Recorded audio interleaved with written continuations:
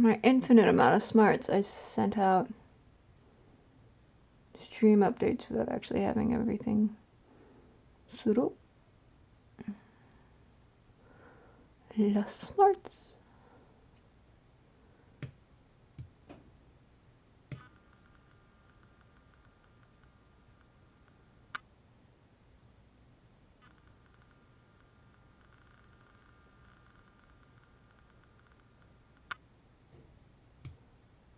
Okay, that'll work.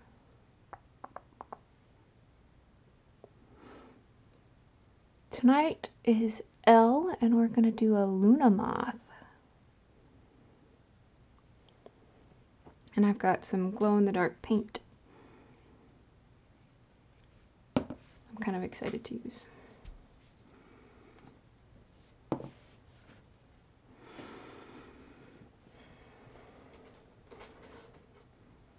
See, I bought this thinking I would actually use it, but turns out that it's not, doesn't go as big as I need it to.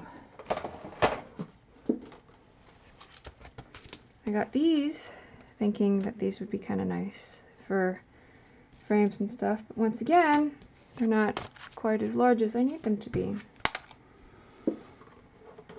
I've got a compass, but I don't.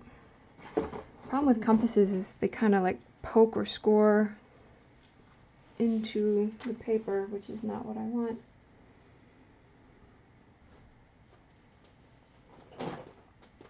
That's okay, because I've got... Ooh.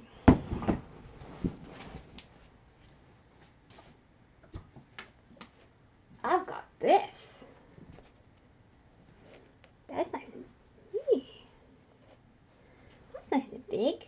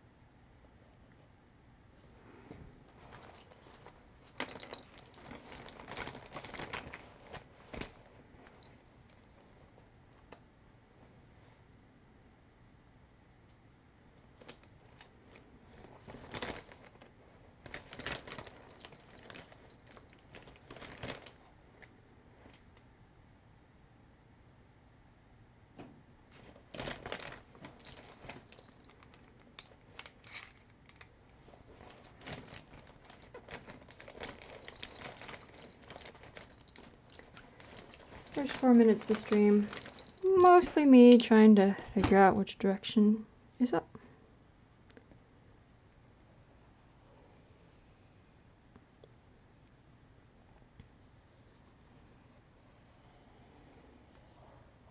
No, afraid that would happen.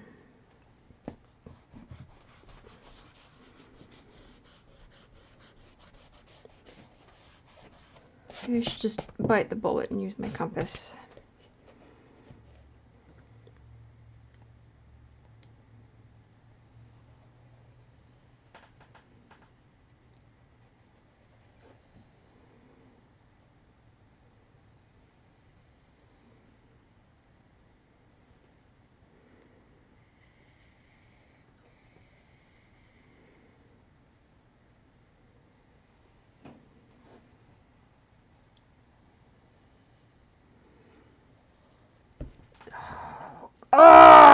Okay, screw it.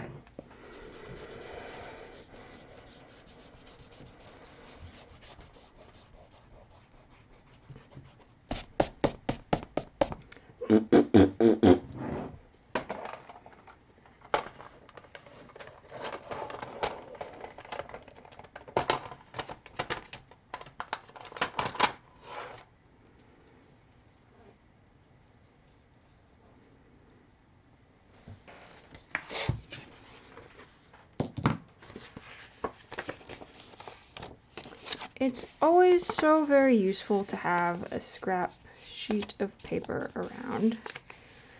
First off, to do any swatches needed, but also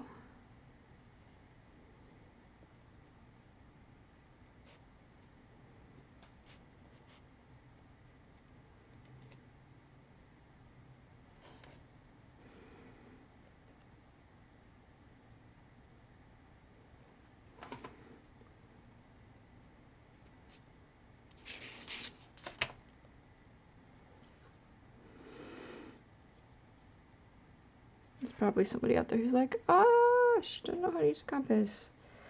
And they would not be wrong.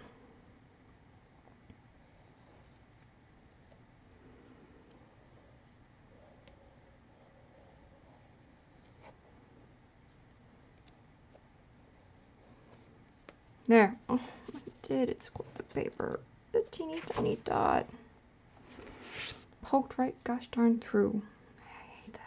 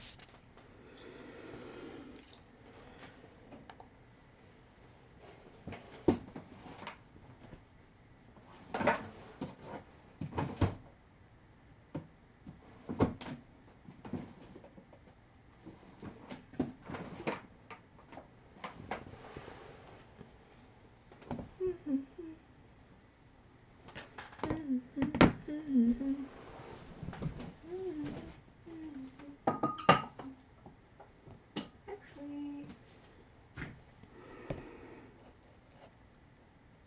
good enough. Meh.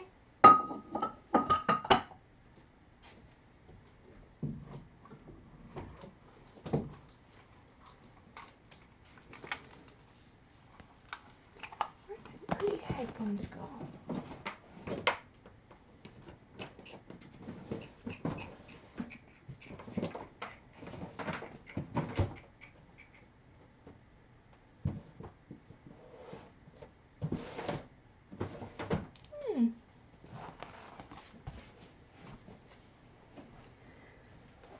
Oh, I can never find anything.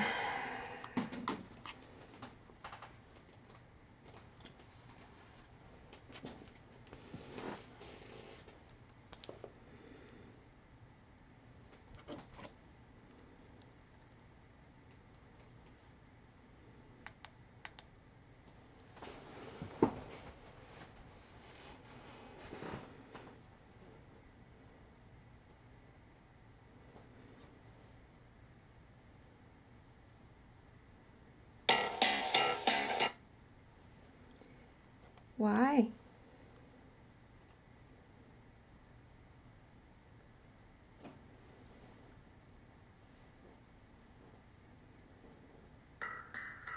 No. No.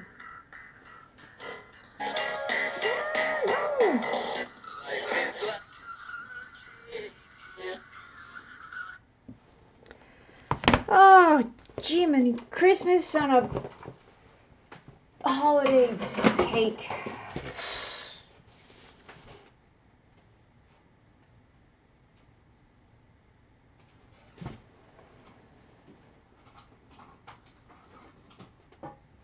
Minutes of the stream, and all we have is a circle and a frustrated Liz. the plus side, I found my good headset.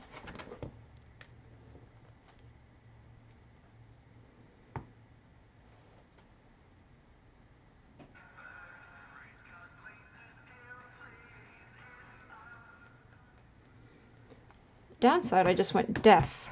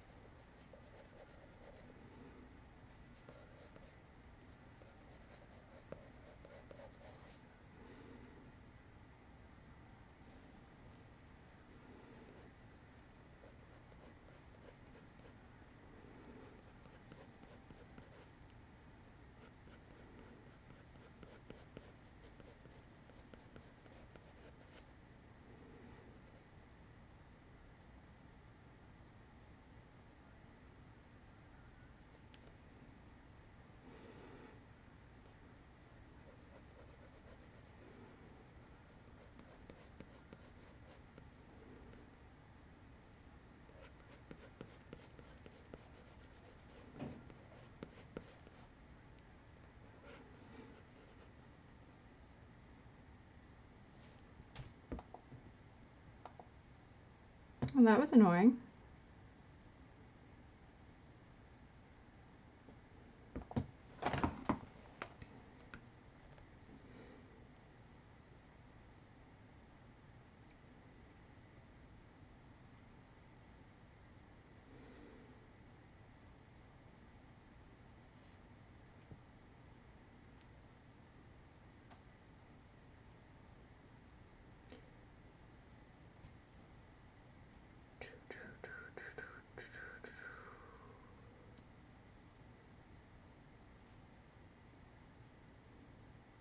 I guess I should probably like start talking to myself during these. I don't know, just pick a topic and just start talking about it. On the off chance that there's somebody who comes back through and just likes to, I don't know, hoping on the off chance that I'll just talk about something. So I guess I could just start chatting to myself. Good topic to start talking about. Is there anything on my mind?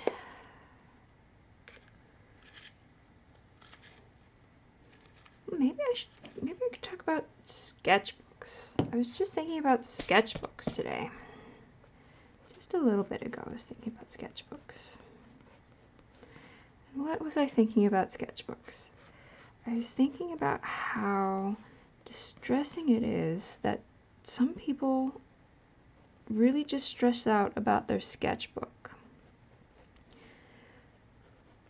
And that's sad. To me, that's sad. Your sketchbook is, in my opinion, the one place that you are truly, truly safe.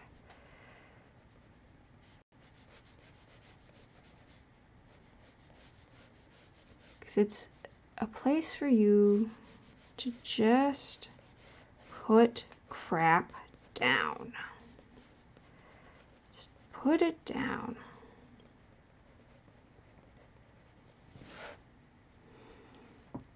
To not be afraid to brainstorm your ideas.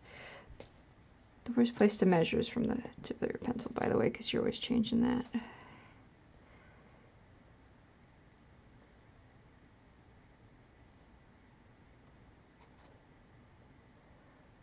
So,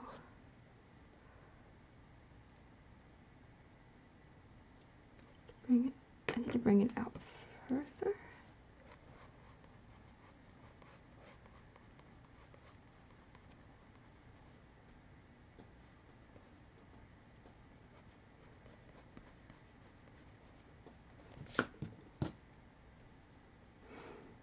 Yeah, so your sketchbook is supposed to be just like the one spot you are most comfortable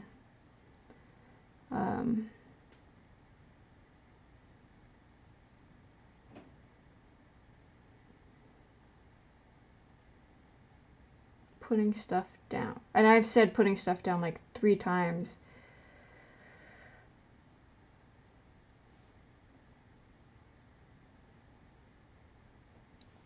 But it is. Like, you have an idea in your head, write it in there. Draw it in there. Fart it in there. I don't care. Just get it in there.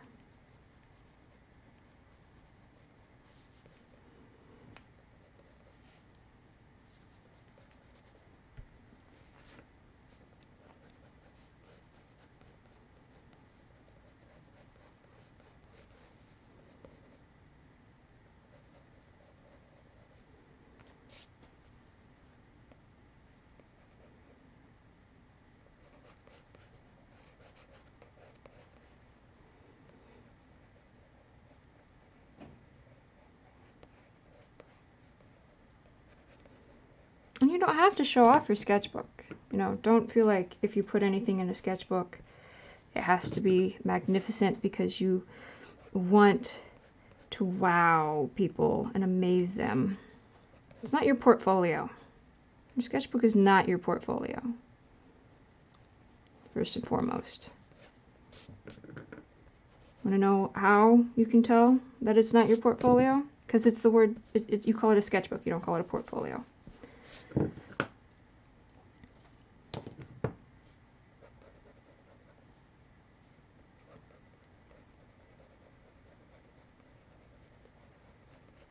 You're not going to get a nice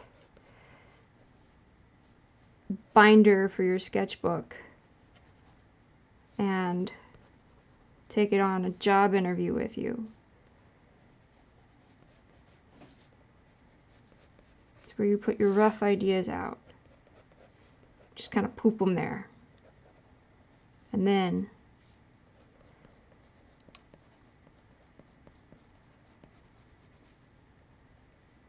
you just kind of keep playing with those ideas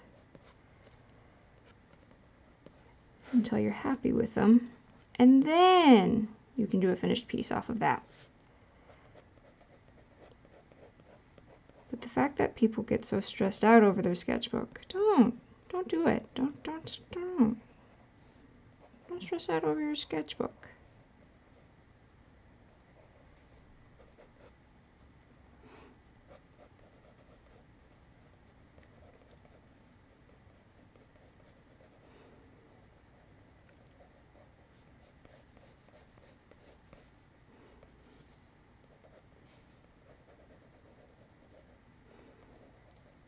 Your sketchbook is supposed to just kind of be like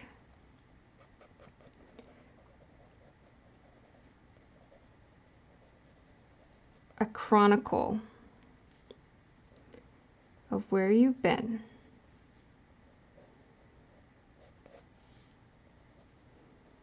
To remind you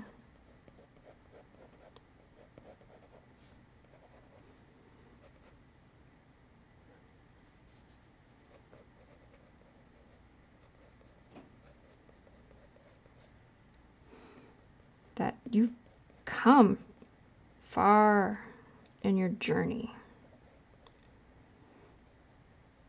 Think of your sketchbook as like your, I was about to say, think of your sketchbook as like your bard.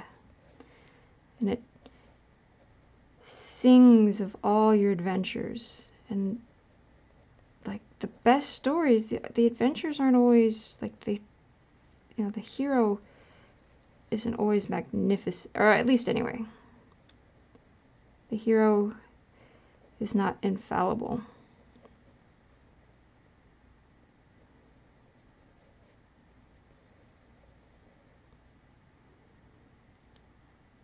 Your hero will make mistakes. Your hero will falter. Your hero will have bad days. Those tend to be the most sympathetic heroes. Sort of like Superman's big shortcoming right now.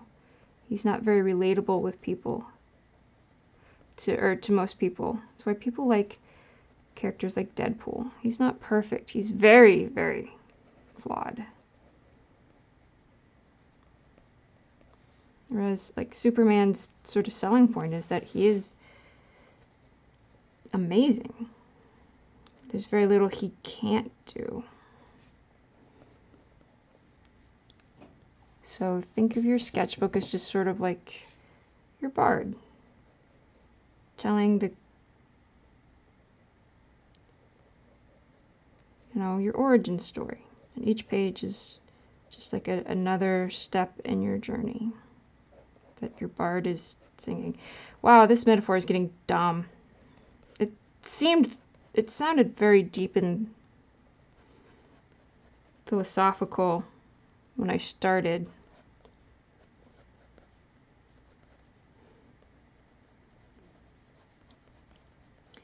Like my sketchbook.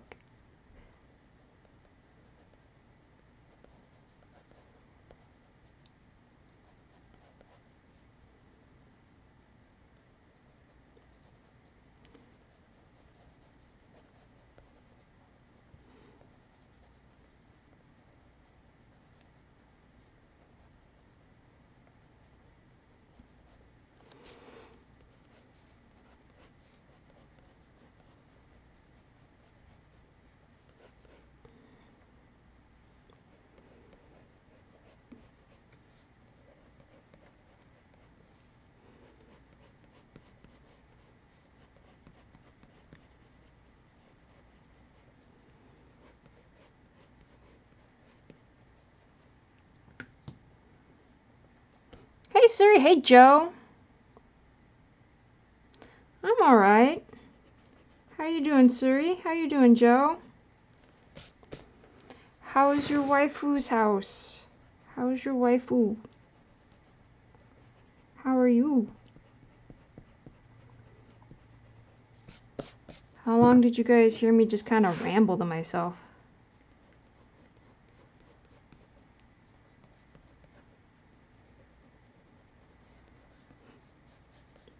Because I was mostly drawing in silence, and then I was like, I know sometimes people like to go back and watch or listen to live streams.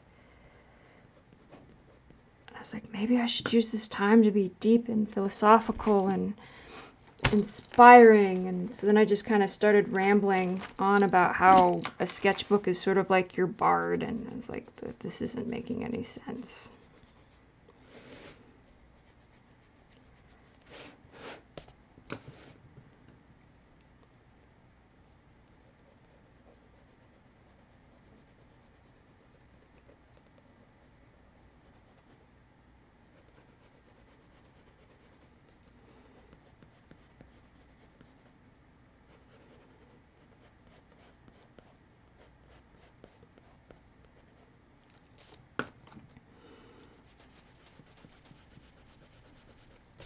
You know what? Let's get rid of this circle because I'm going to end up redrawing it.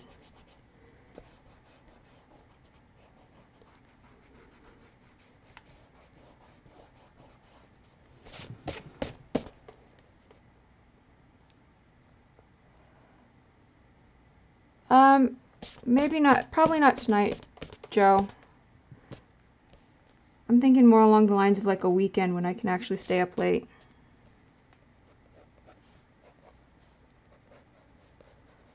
I also ended up, I was starting to get a tension headache, so I took something for it. I'm a little loopy. A little mellow. But yeah, no, let's do this weekend.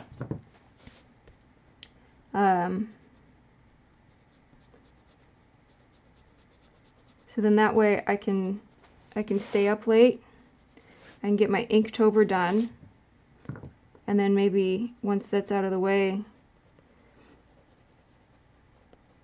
draw something a little more entertaining or interesting than Luna Moths. Maybe draw like some cryptos. How's that sound? And then we can start, I don't know, thinking up of cool topics to discuss. Because I need to do my research on how to be cool.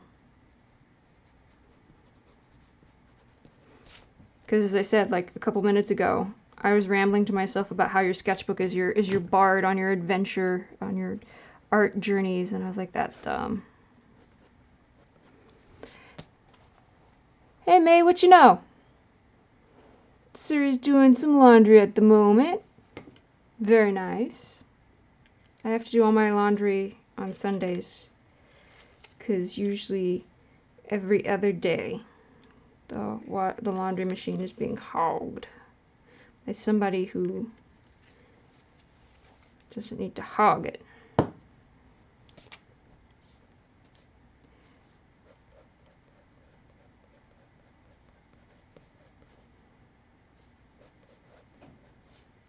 I'm awful at drawing symmetry. I'm trying.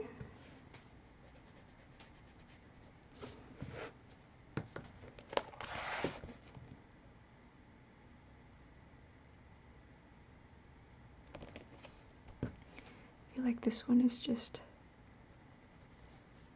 up higher. Like that.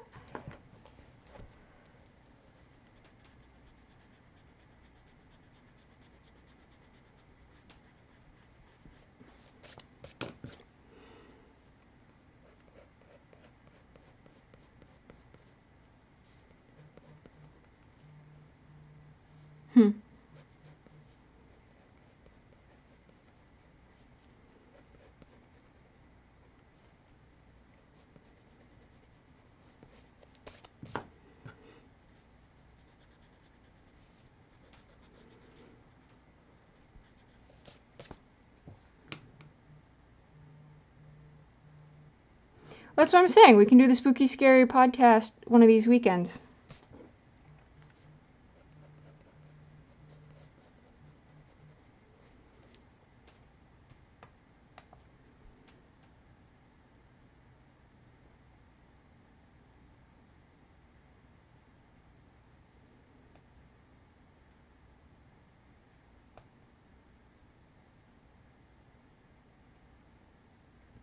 Aw, Cap's trying to set up a little podcast or a little live stream thing too. Good for her.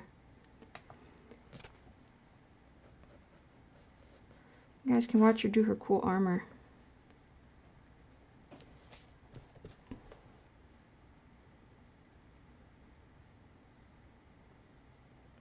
Yeah, this Saturday and Sunday I've got, I'm going to the Ren Fest on Sunday and then, or no, yeah, Sunday.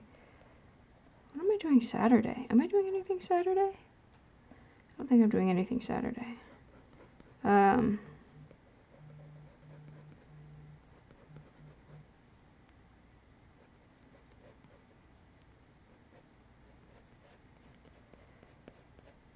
I took off work on the 20th. So we could do something that Thursday, the 19th.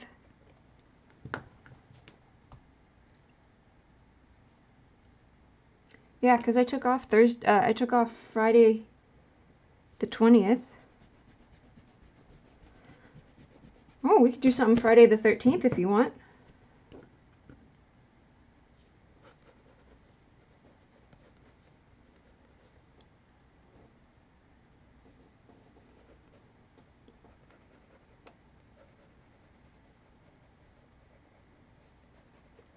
Ooh, Friday the 13th is when Lore comes out on Amazon Prime.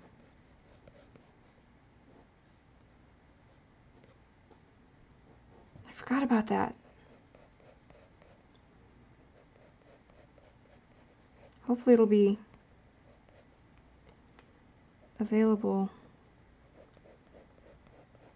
early enough for me to watch on my lunch break.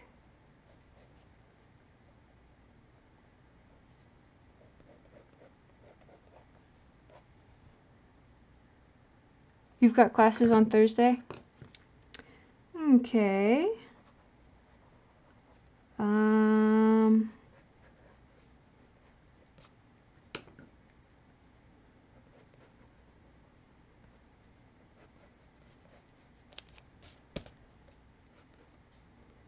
Well, I mean, I'm also off, as I said, I'm off that Friday. I don't think I've got anything going on that Friday if you want to do that Friday night.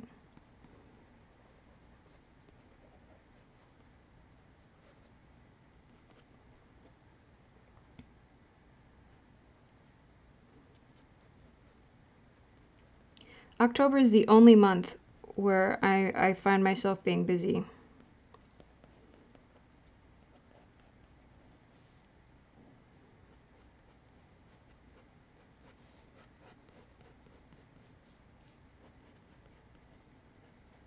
Like just about any other month of the year, I'm...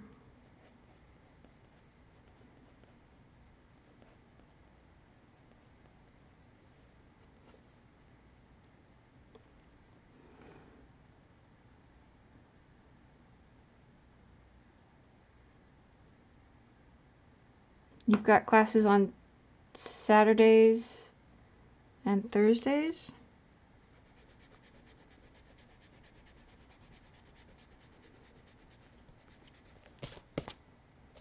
So how about not this Sunday,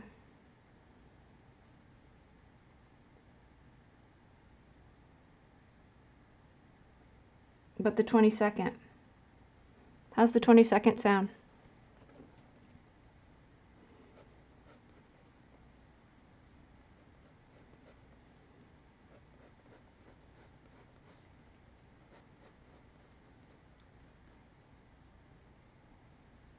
You usually end up exhausted. Classes are exhausting.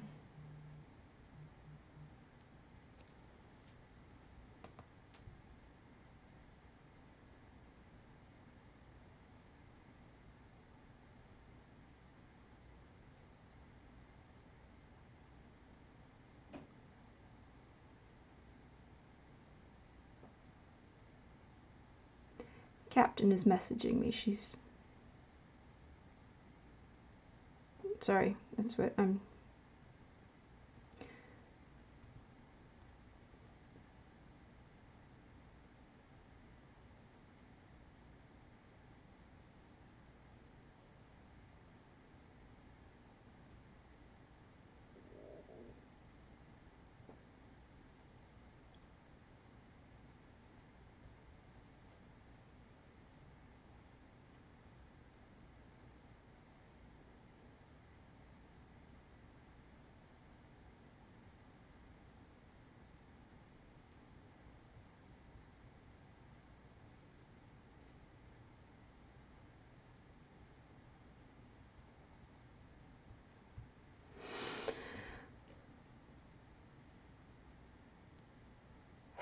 Other than that, any other day of the week.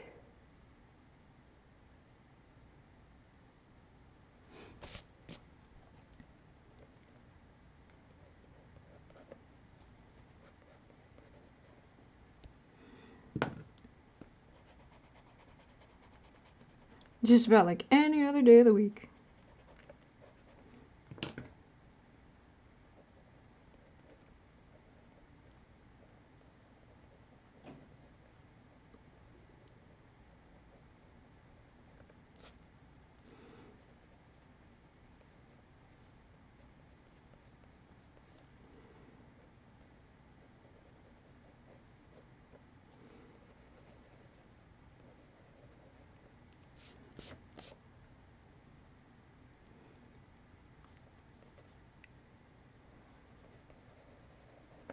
I'll have to start brushing up on my spooky stuff.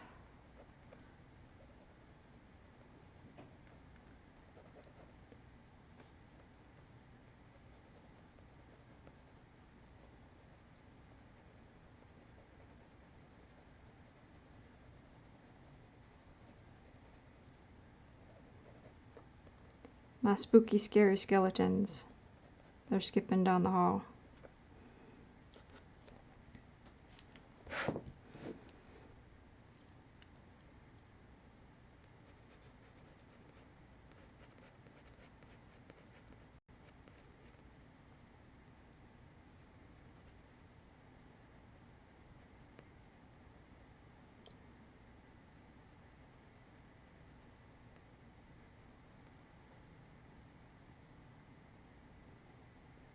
That'll also give me a chance to try and figure out Discord some more.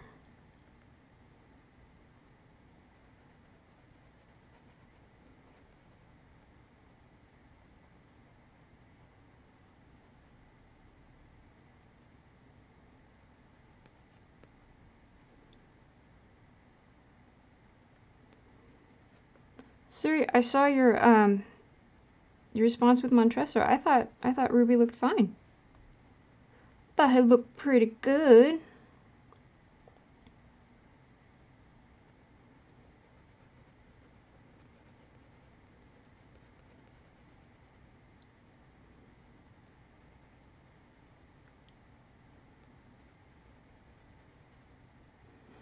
And I'm thinking tomorrow I might do the Malaysian bee that May was so kind enough to show me. Cause they're cute. They're blue, guys. They're a blue bumblebee.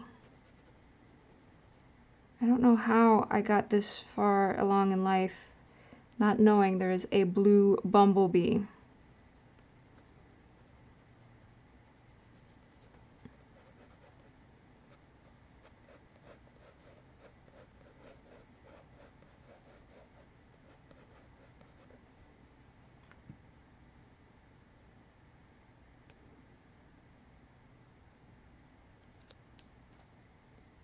Oh, ciao, Joe.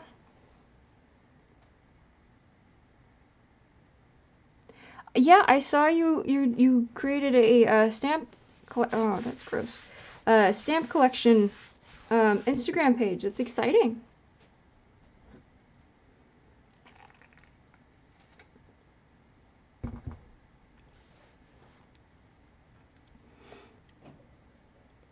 I feel like they should do, like, design your own stamps.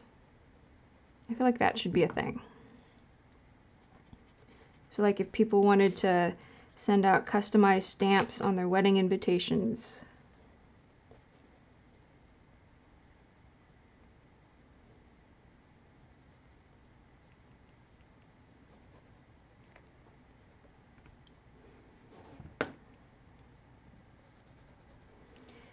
Oh, man. I keep thinking that tomorrow's going to be Friday. Like, this week has been going at a relatively decent pace. But then, like, I got to today.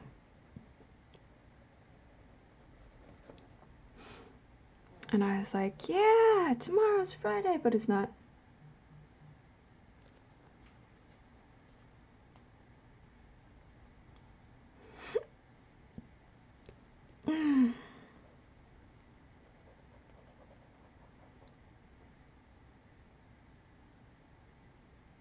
Zazzle does custom stamps? Oh. Well, there we go. It is a thing. You should make yourself a little collection of stamps.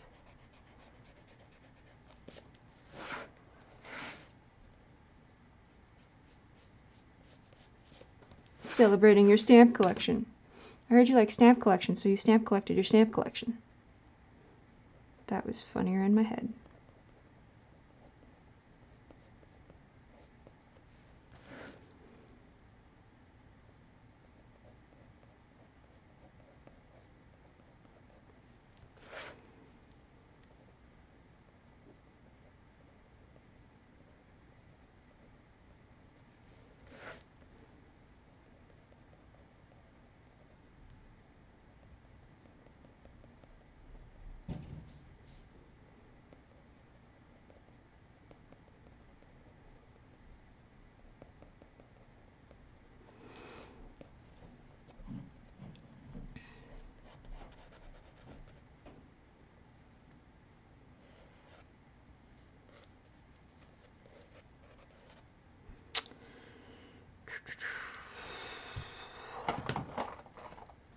Get the stupid compass back out.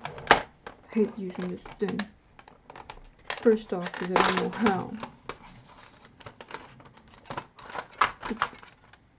Compass.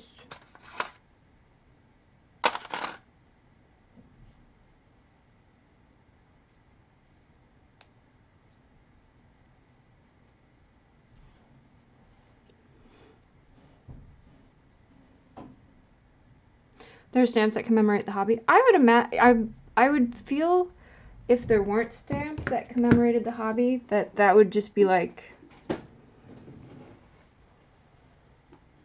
I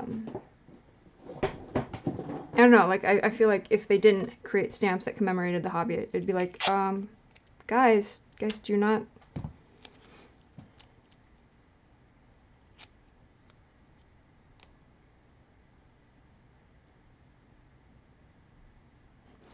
So you've been working on character concepts for fun, made total number of concepts up to 163 characters? Dang, bro. I thought I had a lot of characters.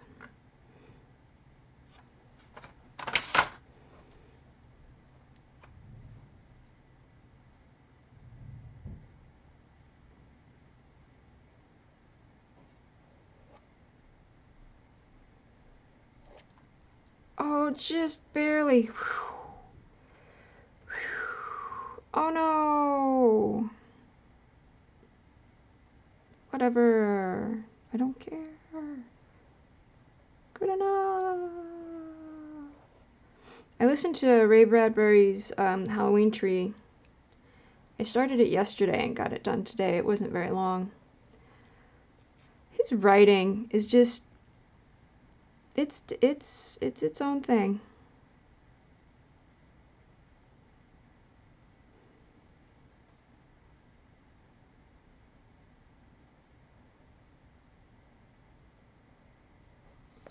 Nope, that's not what I want to do.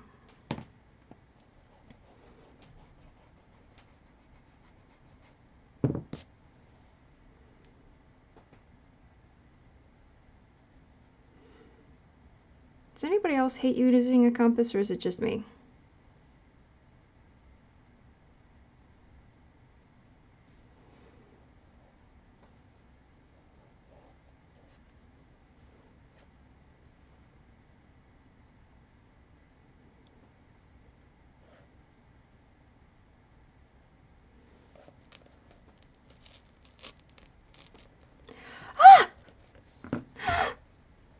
Mm.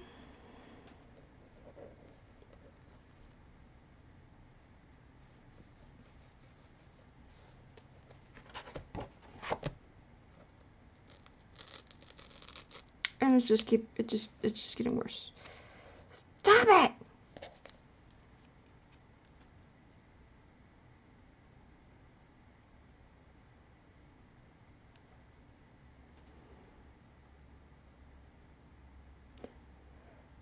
Suki, dang. Yeah, you get bored a lot, and Pokemon is your favorite subject, so all of them are Pokemon. That makes sense. Liz, in India, October 9th to 15th is National Philately Day? I don't know what that is. I know, right? Sad day. Dag nab.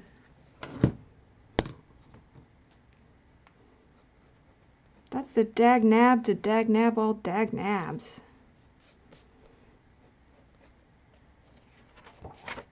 There's no coming back from that, guys. See, this is why I hate using the compass. Stupid compass. First it pokes holes in the paper, and now it makes me, when I try to not poke holes in the paper, stupid compass.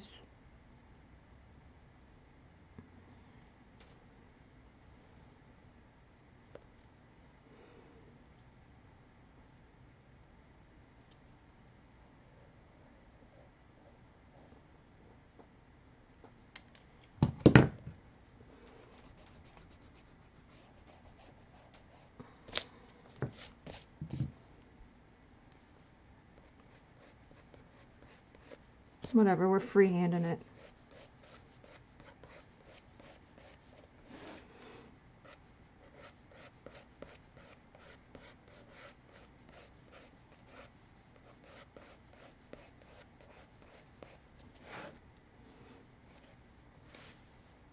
Now I'm mad.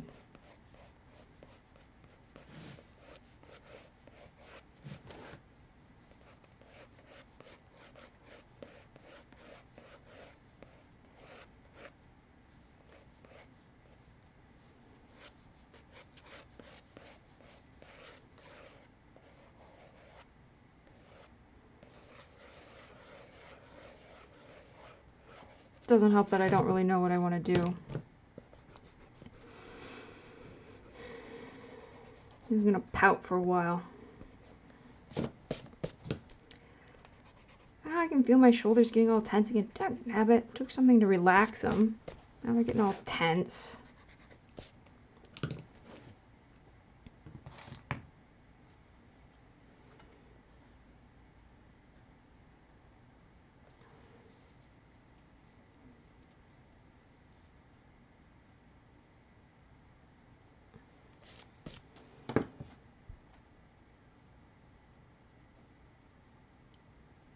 Rest in pepperoni. Rest in pepperoni. Oh! I didn't know that. I didn't know that's what stamp collecting was called.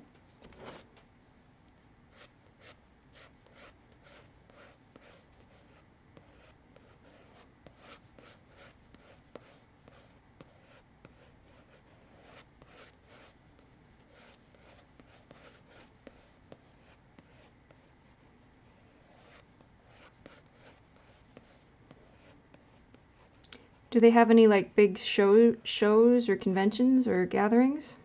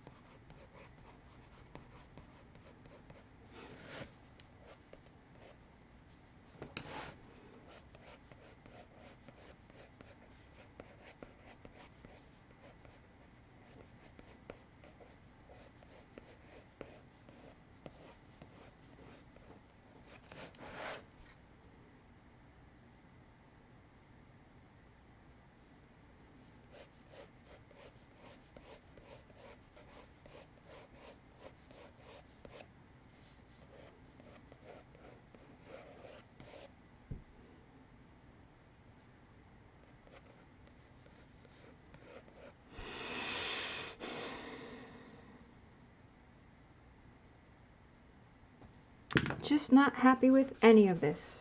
Not happy.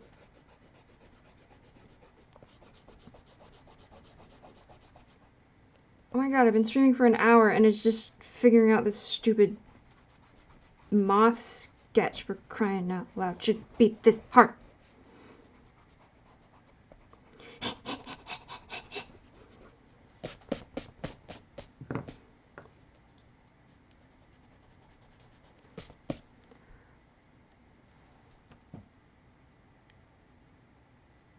Thank goodness Sirius made a data bank for them, though. He would probably end up talking about one of them or something if anyone... Yeah, go ahead, start chatting about them,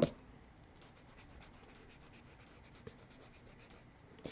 I thought every once in a while about, like, over the course of a stream, just making a character and being like, let's have a character development exercise, and then, you know, starting from scratch and developing and creating a character and a backstory over the course of a stream. But that would be fun sometime.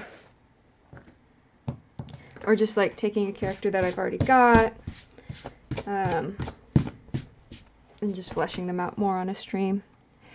There are stamp shows, but the nearest one is 1 hour and 56 minutes away without traffic.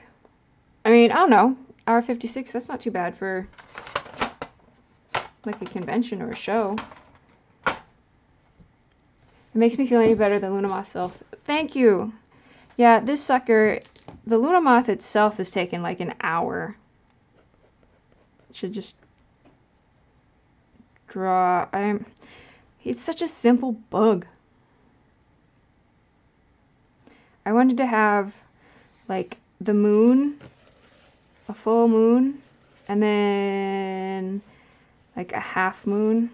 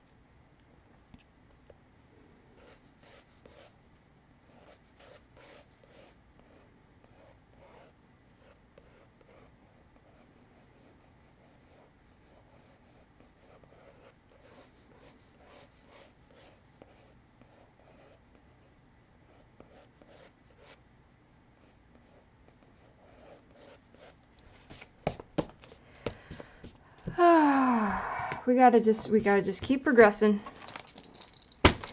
C'est la vie.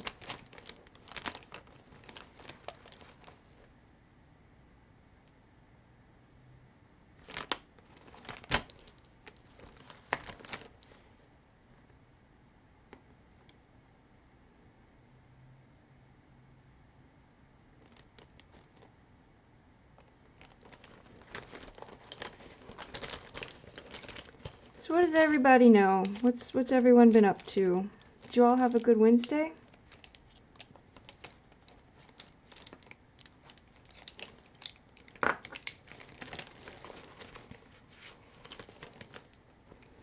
I wasn't hungry for the longest time, but now I'm starting to get hungry.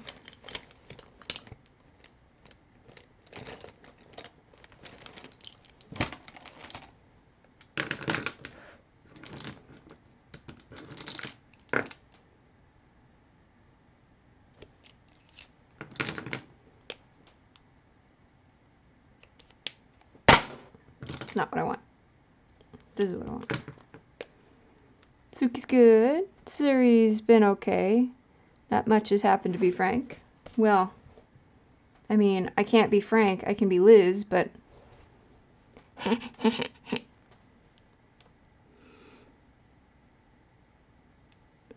Horrible jokes are horrible.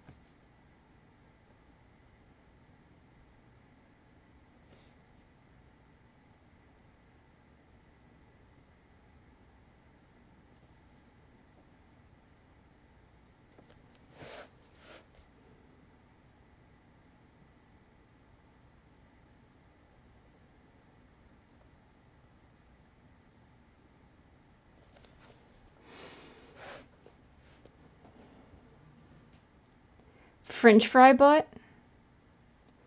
They nicknamed Freddy French fry butt. Do I want to know? Do I want to know the story?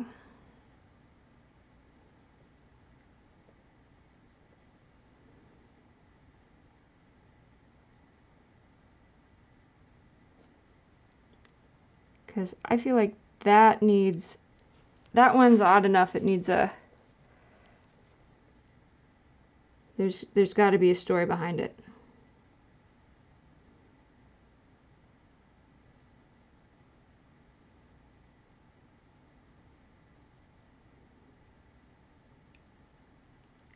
Buddy of mine had a dog. I called him Kumquat. Don't know why. That's just what I called him. And he answered to it.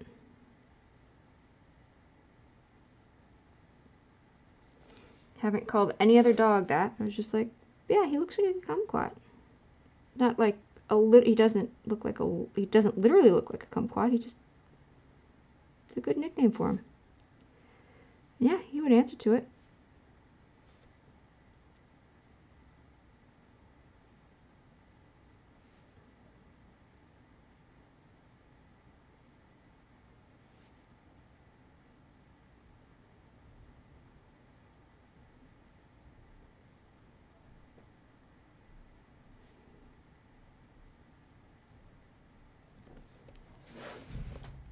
Because his tail looks like a French fry.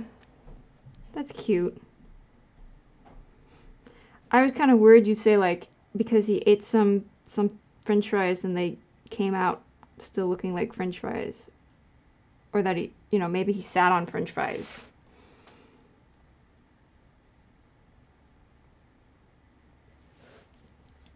My first cat loved to steal French fries off your plate. He wouldn't want them if you gave them to him. He only wanted them if he could steal them. He would steal French fries and tater tots.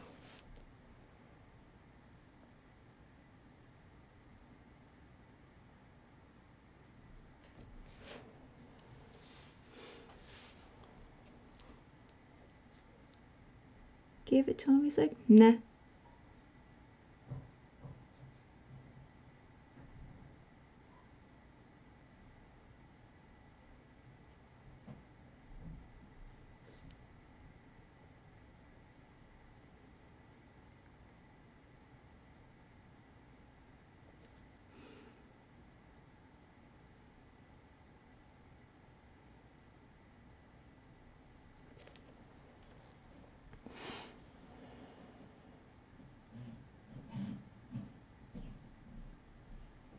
Elias, okay.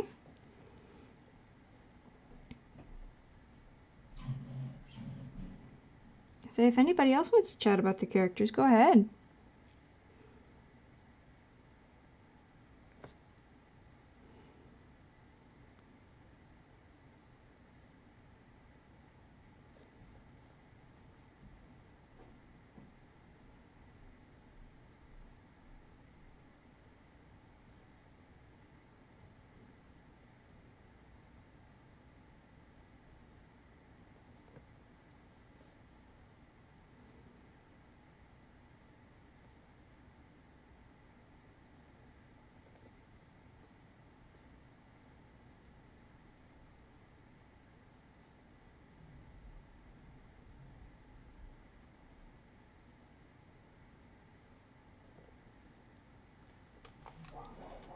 God, every time I move my head, I can hear and feel my neck creak.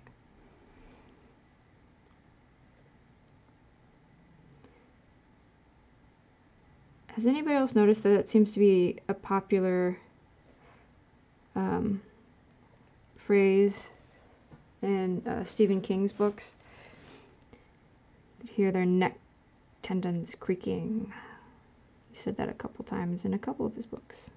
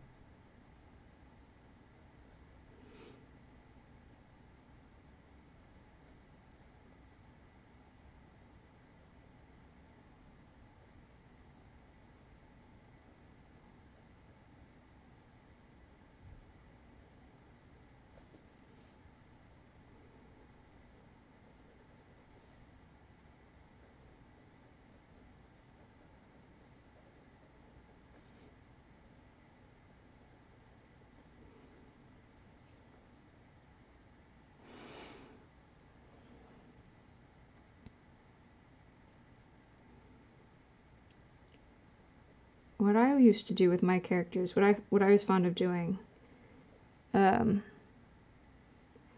was I had a cast of characters, and I would just kind of reuse them for different things. I guess they were more like a cast or a template, and I would I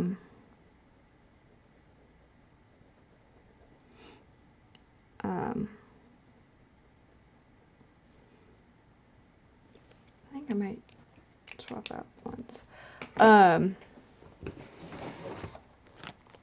Just kind of tweak them to fit the genre that I was working in.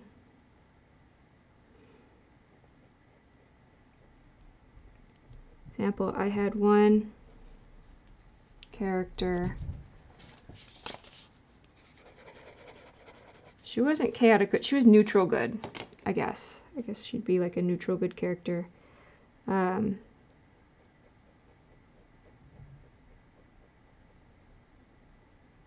She was typically a lawman. She worked in the law.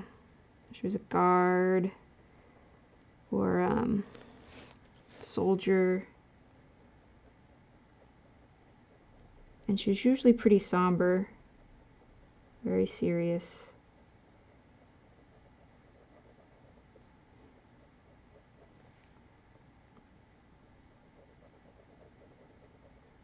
If she was in an environment where she got like a superpower, it was always the power to control the temperature.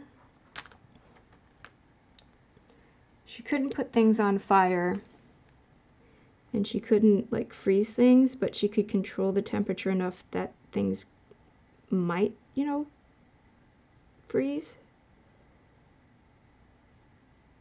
She couldn't put anything on fire. And she couldn't control the fire.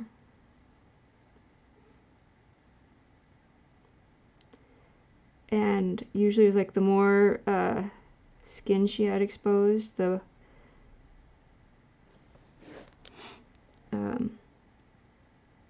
more powerful her skill was.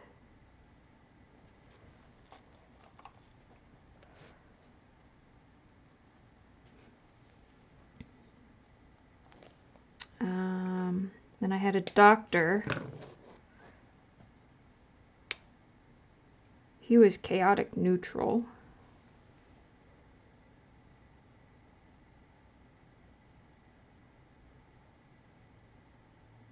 So wait, no, I take that back. I think the first one I was talking about, I think she was lawful good.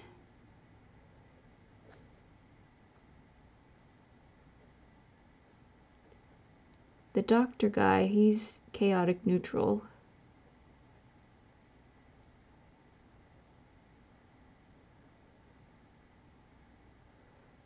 But he was sassy mofo.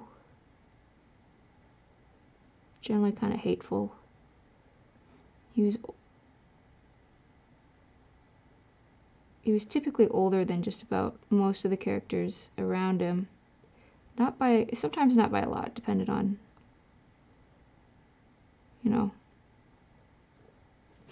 the other characters. If he wasn't older, he looked a lot older than he was. I don't know, I haven't read Firestarter.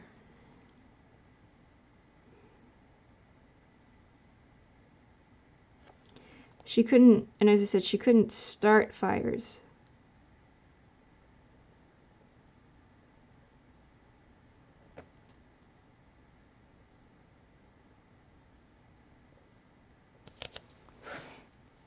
I don't know, perhaps if she had her hands on something that was dry enough, she might have been able to start a fire. More often than not, though, she tended to prefer making things cold.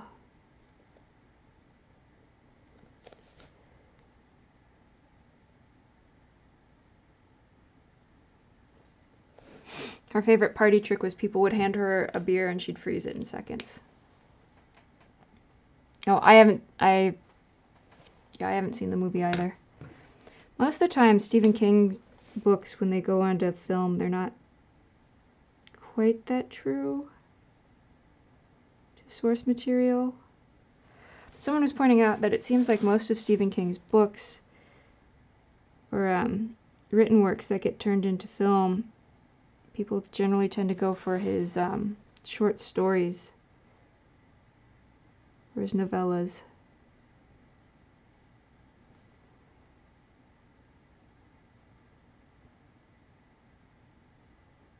Yeah. He was always a medic. He was grumpy.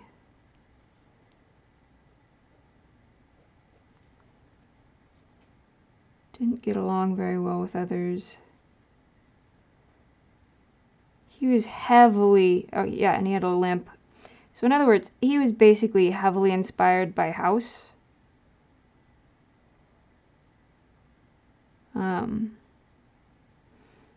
But he had more social skills. And when I created him, he was a spell user. I've recreated him in like video games.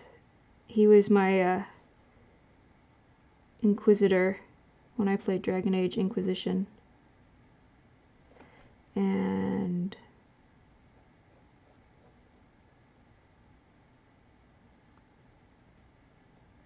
he was sassy mofo.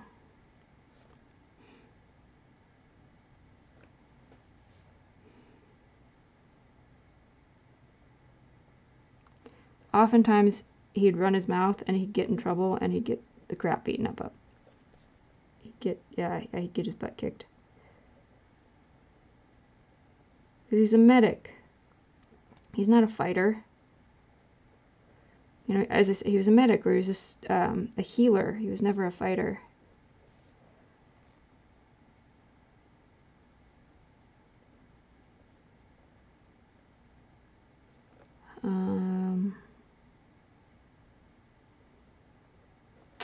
Oh, I had another doctor. I like healers. Another doctor. He was a werewolf.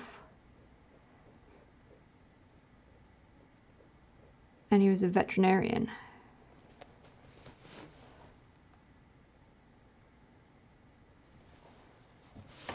Werewolf veterinarian. Then he's kind of my pride and joy. He's not my true pride and joy, but he's kind of one of my pride and joys. He's been around I don't know if he's been around the longest, but he's been around for a long time. His name was Jude Salmon. And he was a paranormal counselor.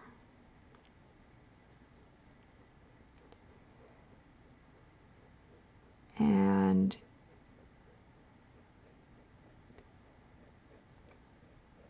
paranormal consultant. People would come to him with like hauntings or spooks or whatever, and he'd go and he'd act kind of like a counselor to the deceased, or whatever the spooky thing was, and he would either try to help it move along, contain it. Yeah, he'd try to help it move along or contain it.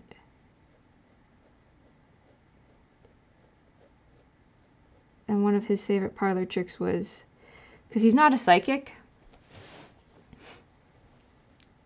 or I don't know, I never really visualized him as a psychic. He was just really in tune.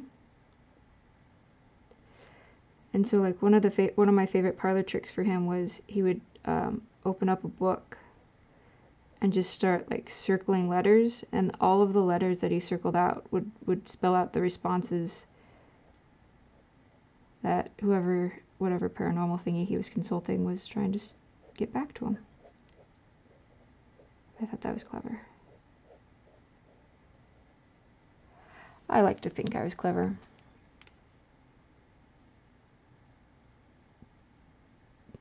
We didn't start the fire. It's always burning since the world's been turning. We didn't start the fire, did ignite it, but we're trying to fight it. Da da da da da da da da da da da da. In the setting you and your friend use, there's a gargantuan ancient library that contains books throughout the ages, an endless fountain of knowledge that covers all topics. This is Elias's world.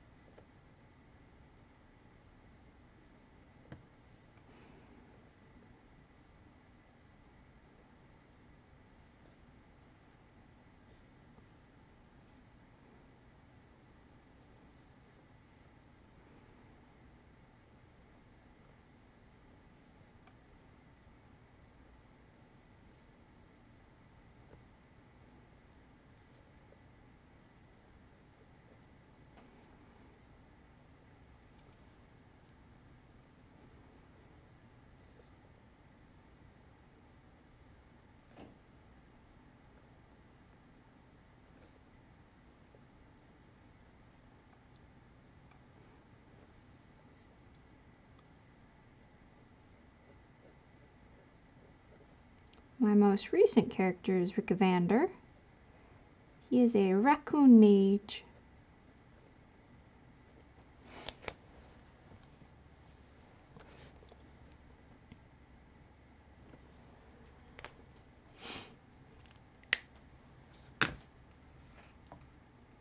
He has a buddy named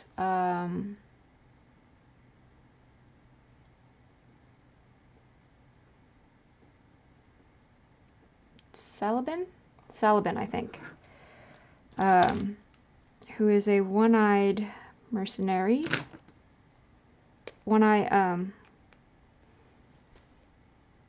rogue? Bounty hunter, one-eyed bounty hunter, a one-eyed bounty hunter. And Salabin has a raven companion. Oh, Salabin is also he's an ermine.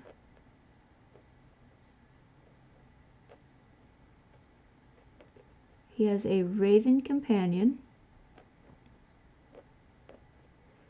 And the raven will fly, like in a busy marketplace, might, fly above the marketplace and like airily scope out for their target.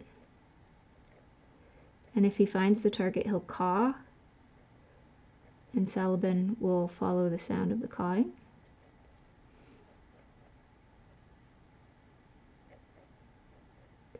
And I toyed around with the idea that Salabin has like a glass eye, and when he gives this glass eye to the raven, he can see through he can see what the raven sees. Berkey J! Does it say lemur? Does it still say lemur? Dagnab. That's alright, halfway through, or like a good chunk, yeah, it still says lemur. This is the day I've had.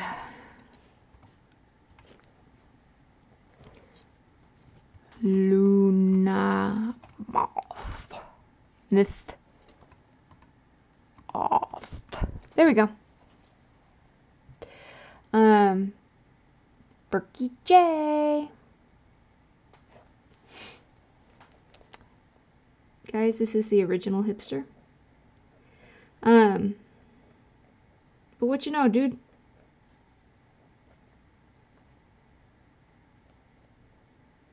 Have you beat Cuphead yet?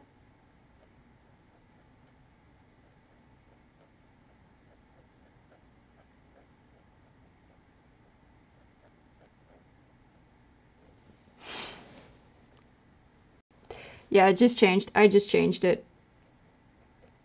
I'd planned on doing a lemur up until I started drawing a Luna Moth.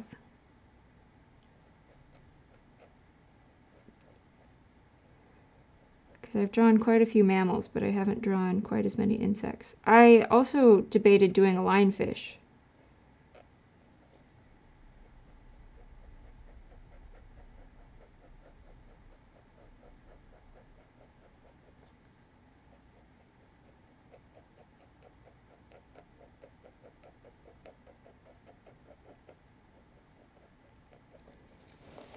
Because I don't think I've done any fish yet.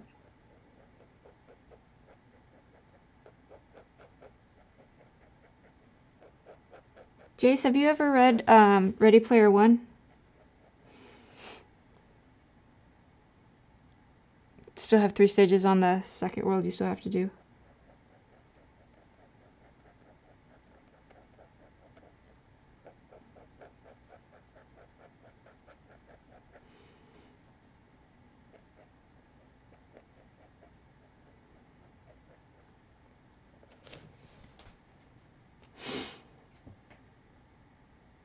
Yeah, I think a lionfish would have been super tricky too. But it's not supposed to be easy. Oop.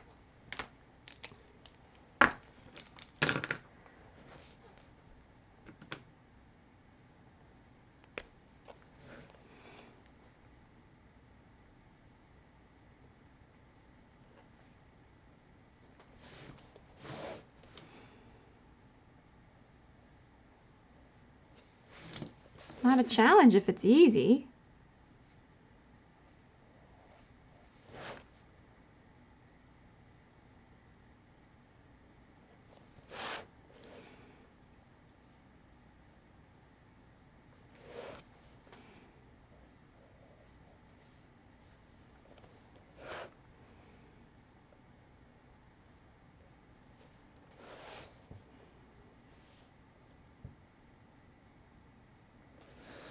It's on your mental to read list.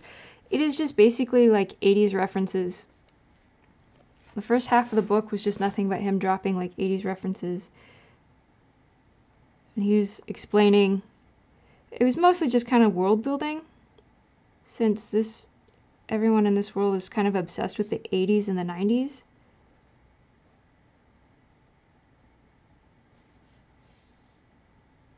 So some world building.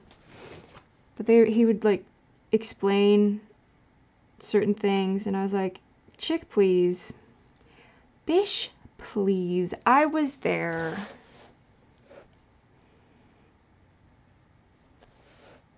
You don't have to tell me what that was. I was there. Will Wheaton reads it, by the way, if you go for the audiobook. And he's referred a couple times in the book.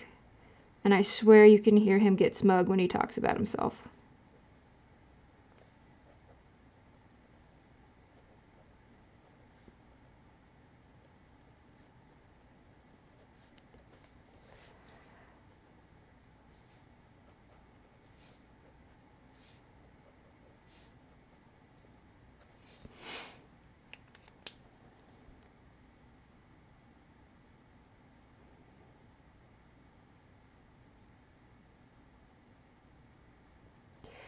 The catch with this giant library is the ruins' vast size also made searching near impossible without getting lost within, and the lack of physical needs like sleep or food. You could be lost for eternity.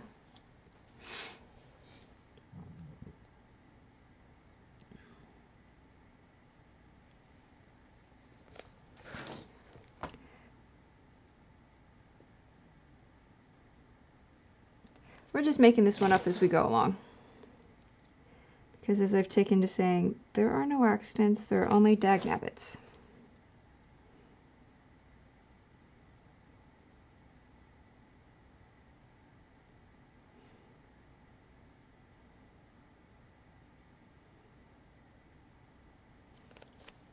Or no, wait, there are no mistakes, there are only dagnabbits.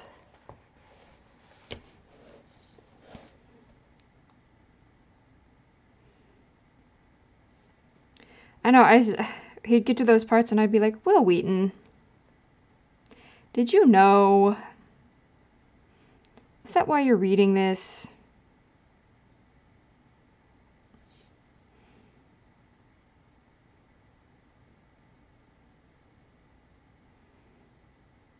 I was referring to like the orange carpets and like the poo colored couches. I was like, yeah, we had those.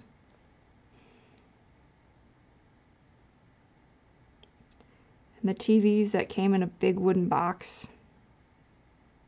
Cabinet, not box. Like, yeah, we had that too.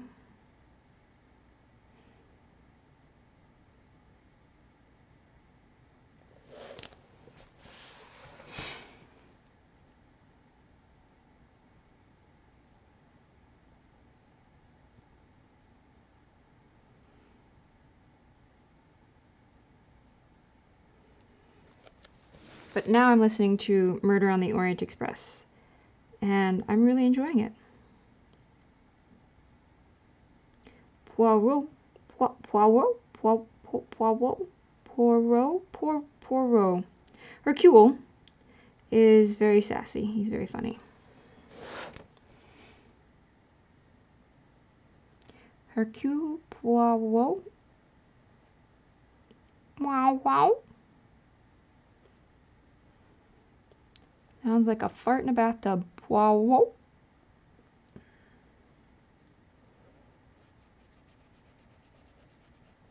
Why am I wasting my ink pen like this? Use this ink. Oh, this ink pen.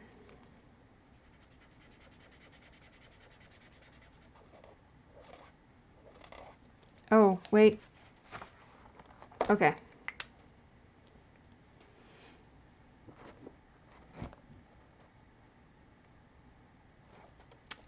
Gosh, I don't... The person reading it, their voice sounds familiar, like, but I can't place them. They have to do a whole lot of accents, and I must say, like, the accents, you know, change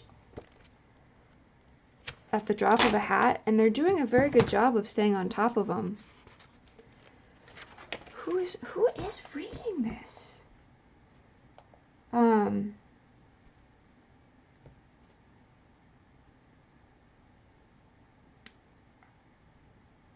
Murder on Orient Express.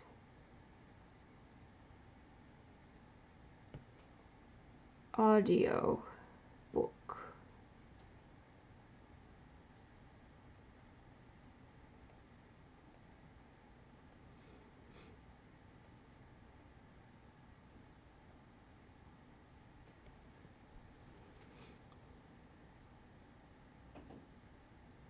It's thinking. David Suchet? S-U-C-H-E-T? Suchet? Oh, is it? Oh, okay, we gotta two thumbs this one.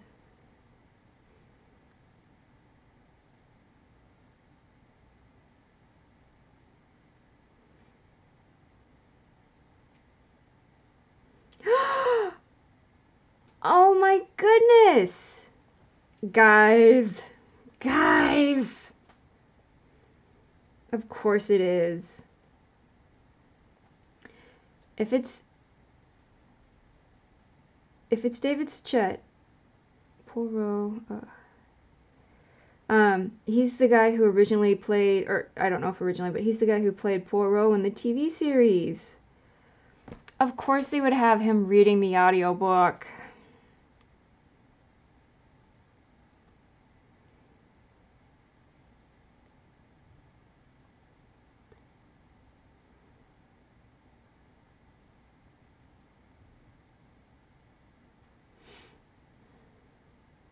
Sorry, I'm needing to research. Oh, come on.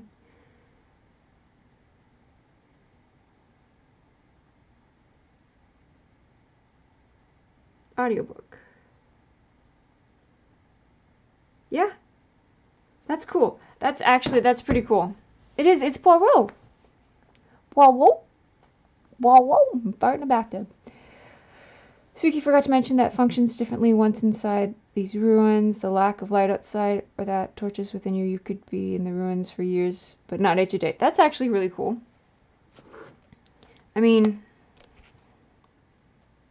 I'm failing to see how this is bad. It is Poirot. For the amount of times that they say it in the book, you'd think I'd catch on how to say it. But they're saying it with, like, a French accent. A good Poirot.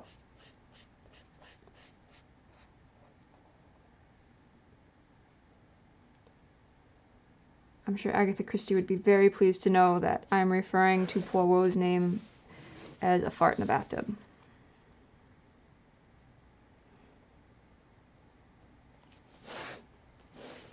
That's what I'm listening to right now, and it's very good.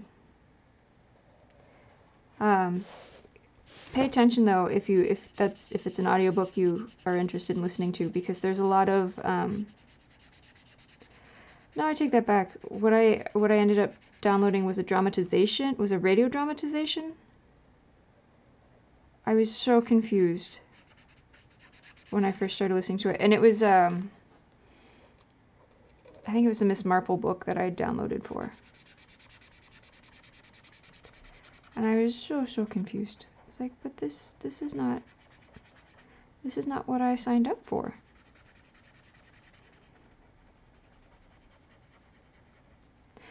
I used Audible's free 30-day trial, which you get a free book, and then I think you also get like a credit. And I forgot to discontinue my subscription one month after the 30 days was up. So I was like, meh.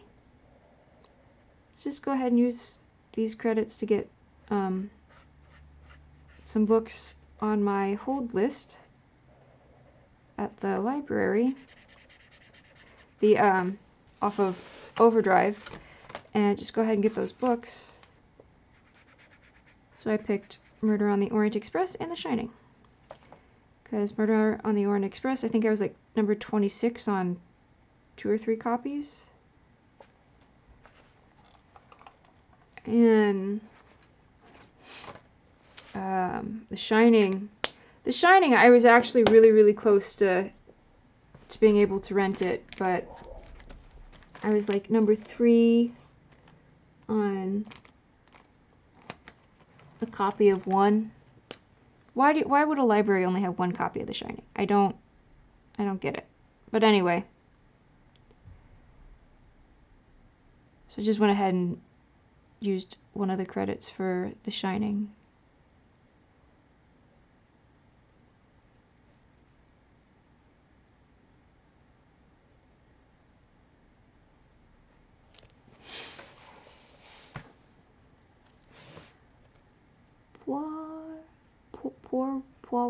Poirot. And that's sort of like an ongoing joke. The Americans can't pronounce his name.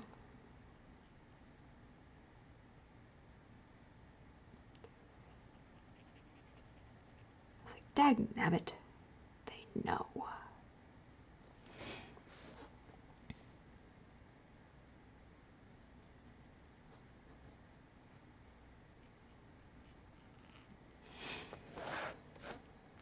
Elias is a student who followed his teacher in his search for a specific book. What he was supposed to find, he was never told, but despite this, the young Vulpix continues. Alolan.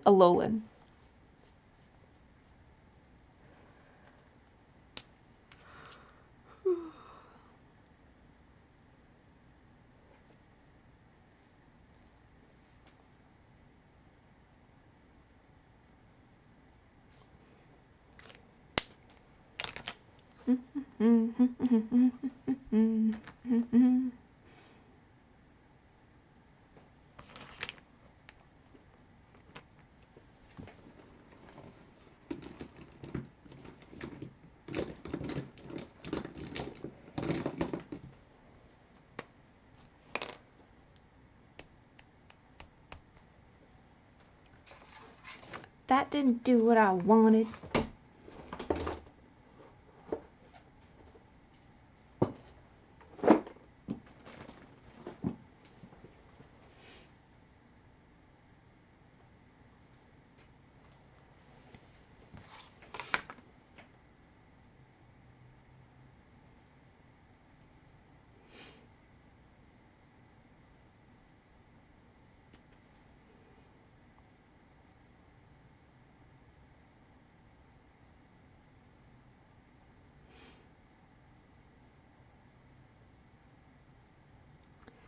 So I think putting white ink in this brush was not a wise decision, because white ink tends to be thicker and it gets, I think I heard someone say, like, it clogs this bit up.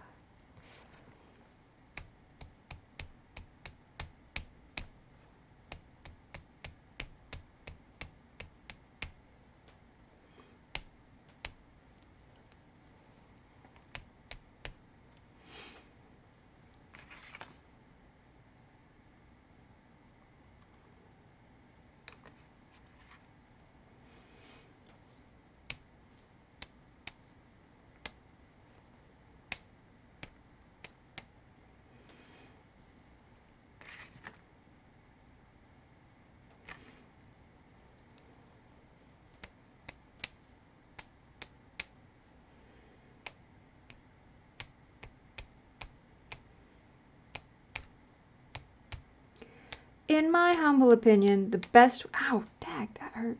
The best way to get stars is to just flick white paint or ink or whatever on your canvas.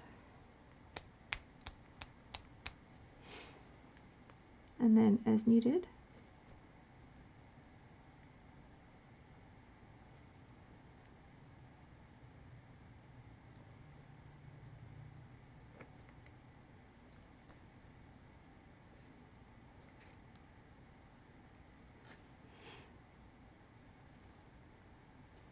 yeah.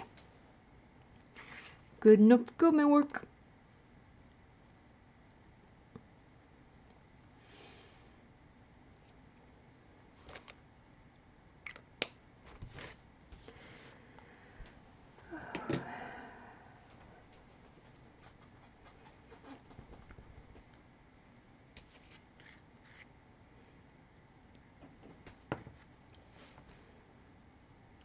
I'm not sure how well this is going to fly. This poor little moth is all kinds of experiments wrapped up in one.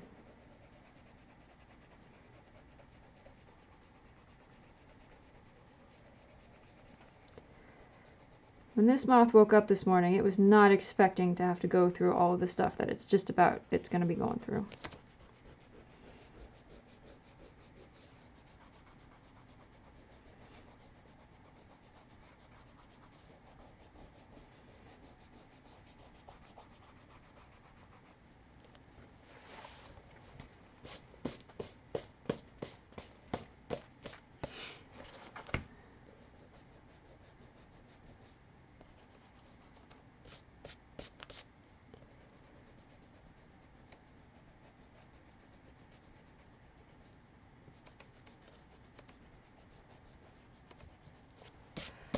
His teacher's expedition for knowledge resulted in little findings after months of search, so it led to the ultimatum going to the ancient library where few have left.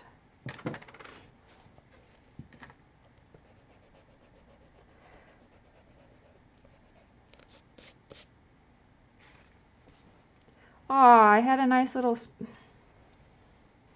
dum-dum.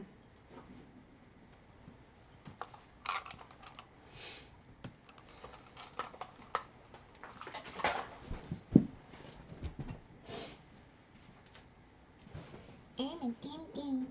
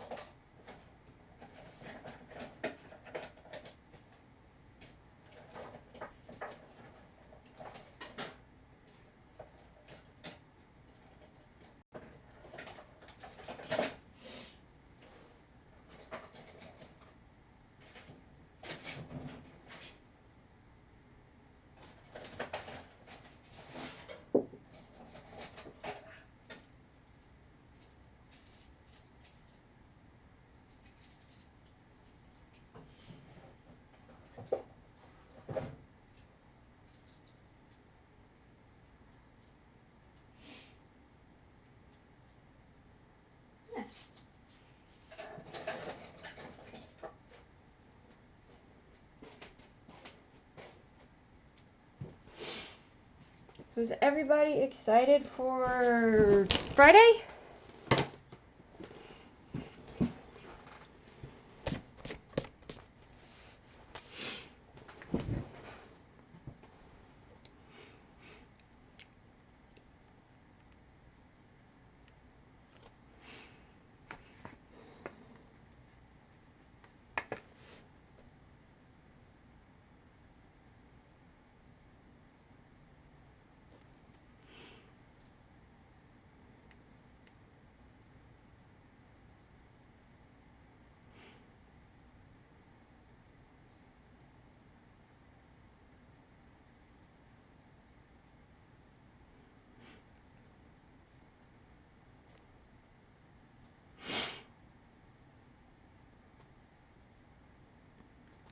Something going down on Friday? Well, it's just Friday. It's Friday the 13th. It's payday. It's Friday. Don't have to go to work the next day.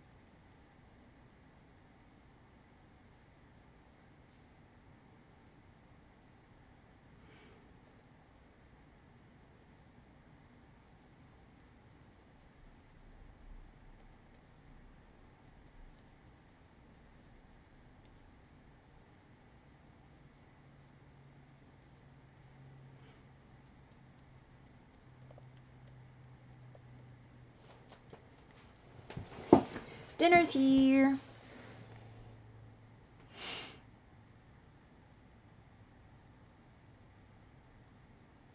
Ew, gross. Jace has a dentist appointment. He's getting a flu shot. Are you guys required to get flu shots at the school thing? I don't know what the official whatevers.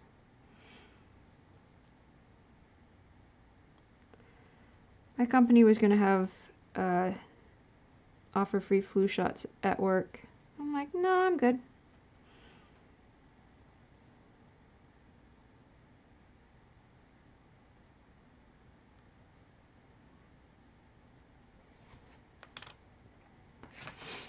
I haven't had a flu shot in years. I think when I was little. A baby.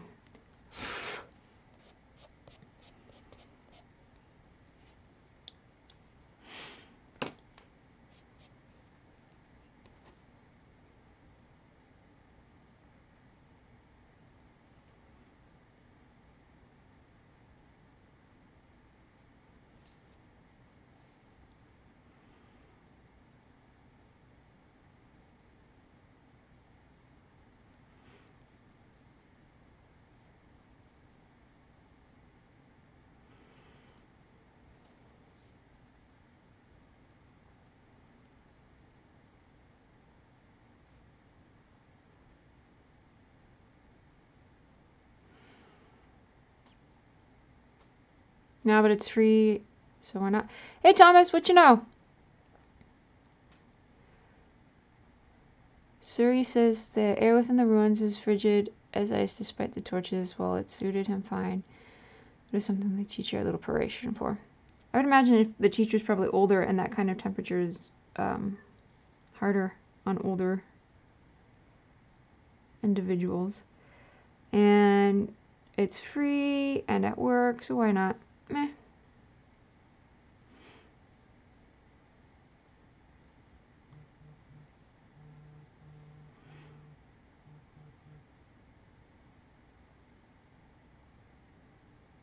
Yeah, as I said, I can't I can't remember the last time I had a flu shot.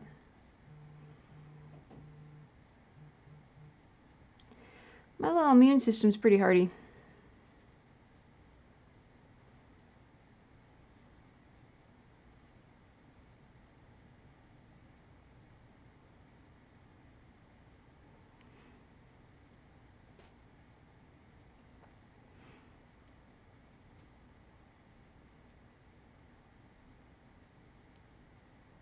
I'm a tough little nut.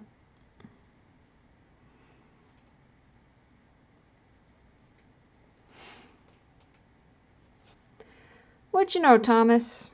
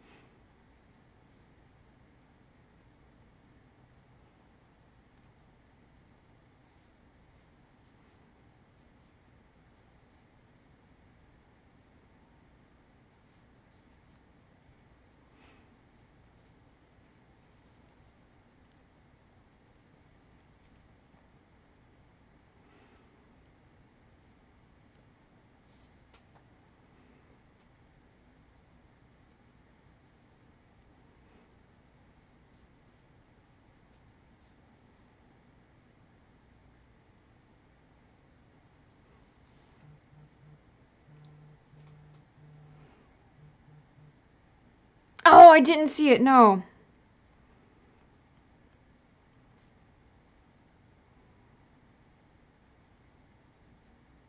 I space cadetted. Did I or was that? Because I know there was one day everything just kind of shot poops and died.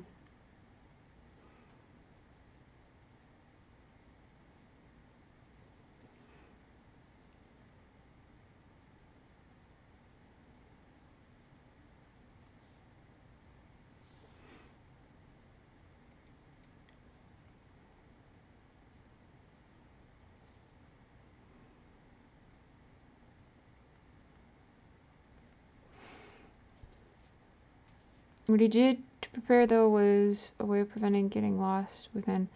We believed would do so anyway. The teacher would leave the student to search the books in the front while he ventured out. So they split up.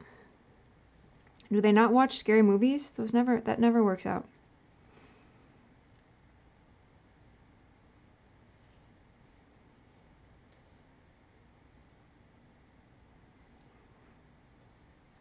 Okay, so I'm gonna hop back to Murder on the Orient Express real quick. So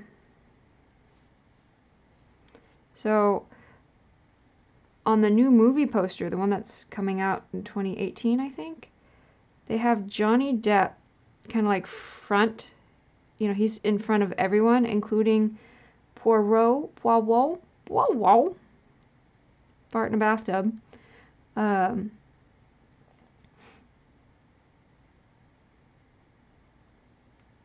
And Depp's character doesn't even last 5 chapters. Okay, yes, thank you, phone. You cannot now, thank you. But Johnny Depp's character doesn't even last 5 chapters in the book. And he's not even in all of the, I mean, he doesn't show up in the book until like chapter 2 or 3. And he's not even around for chapter, and you know, he doesn't last 5 chapters. And he's getting like front billing versus the literary character who's, you know, like a beloved literary character. And it's kind of like, why?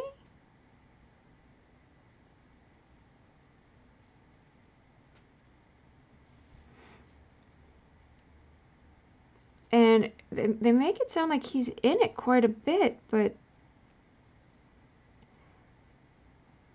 he's not.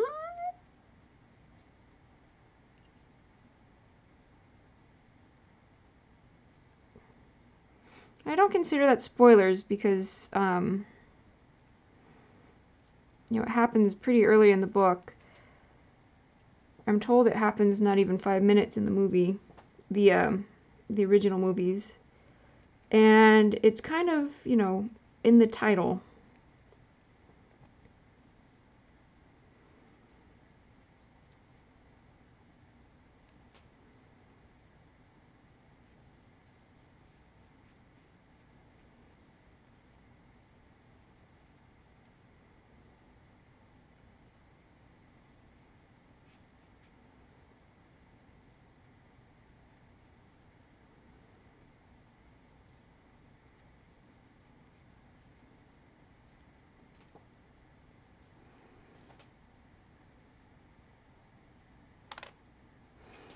His nourishment was unnecessary. Well, there the teacher used leftover bread while he was going to...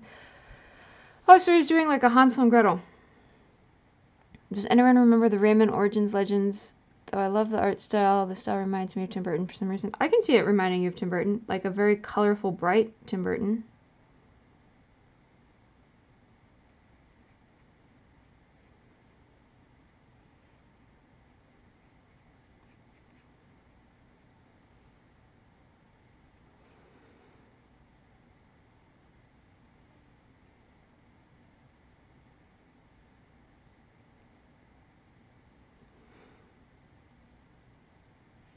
So I heard someone was telling me at work today that the director and producer of the new Star Wars film are begging fans to not go look at the trailers for the upcoming movie. I guess there's some serious spoilers in them.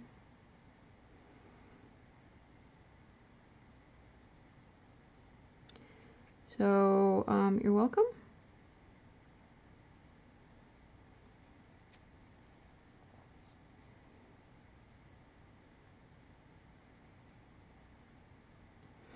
I have not watched the original. I've seen bits and pieces of the original.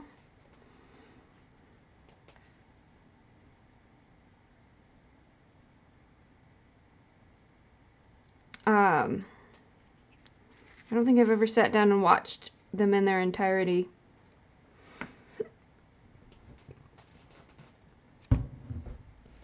I love to give the diehard Star Wars fans a hard time.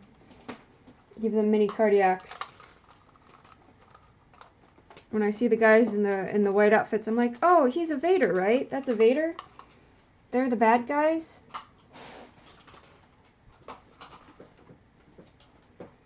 And they just kind of look at me for a second like they can't tell if I'm joking. I was like, yeah, those are the Vaders. Those are the bad guys. And the whole movie's about a kid who can't find his dad, right?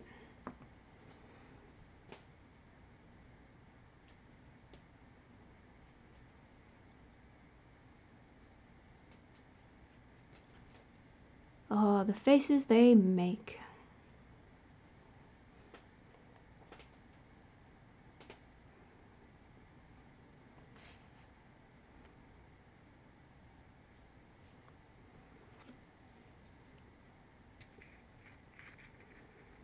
Oh, almost at that 2-hour mark. I'd say it's arguably close to being done.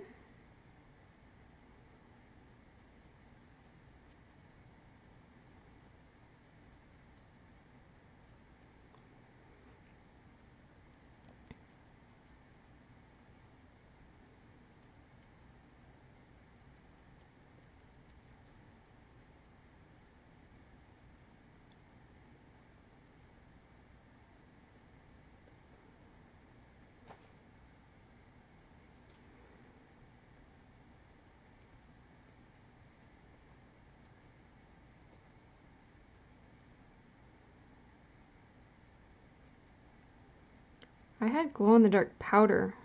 I don't remember where I put it.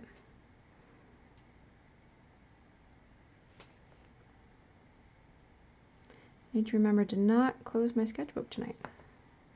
Let it dry. Oh good! Yay! Welcome back, Suki.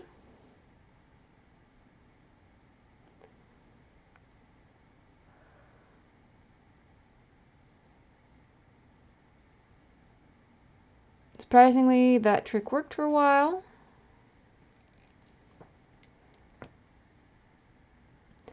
I'm glad you did Darkwing Duck in Mignola style, Thomas. That makes me happy.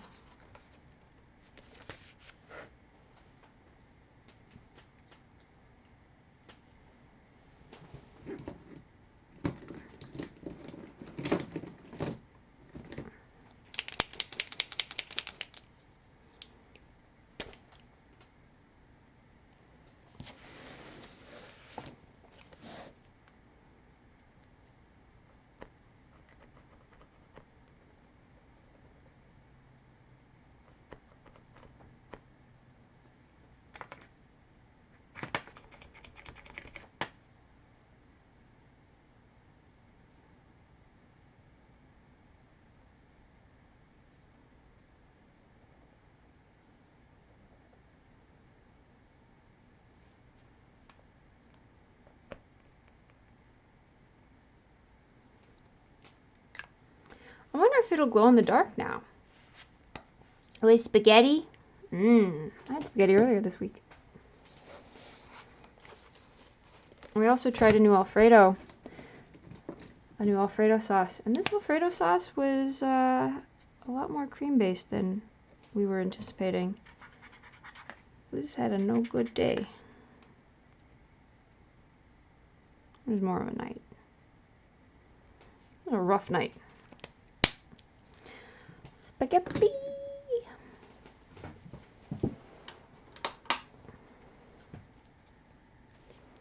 Alright, we're gonna see if this will glow in the dark.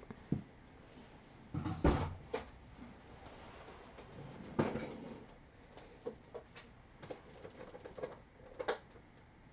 wish I could find that glow in the dark powder. That would have been cool.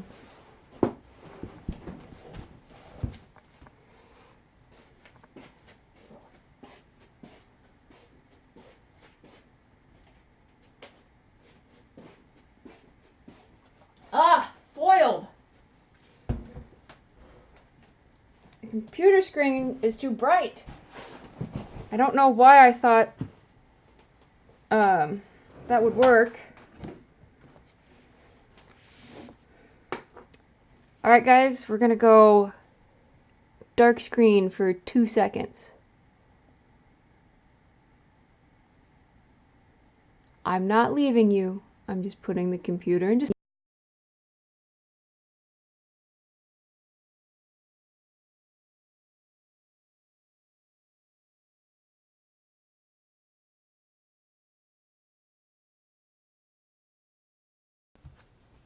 Ah, no! Did it work?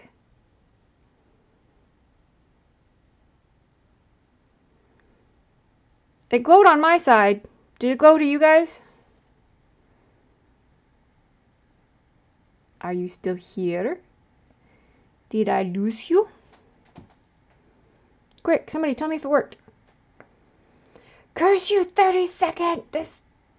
Oh, what's the word? Delay!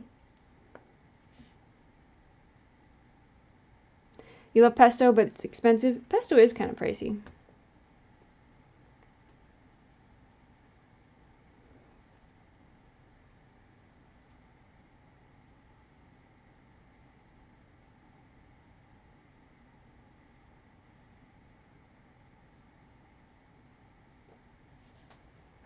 Okay.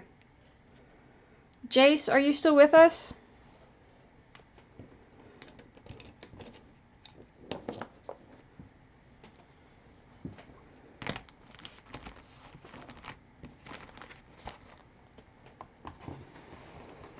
He's probably working.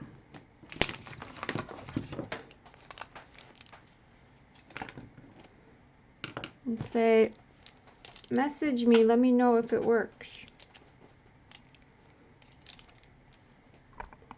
So I'm going to try and bring it in closer. And put the computer in sleep mode. And see if this works.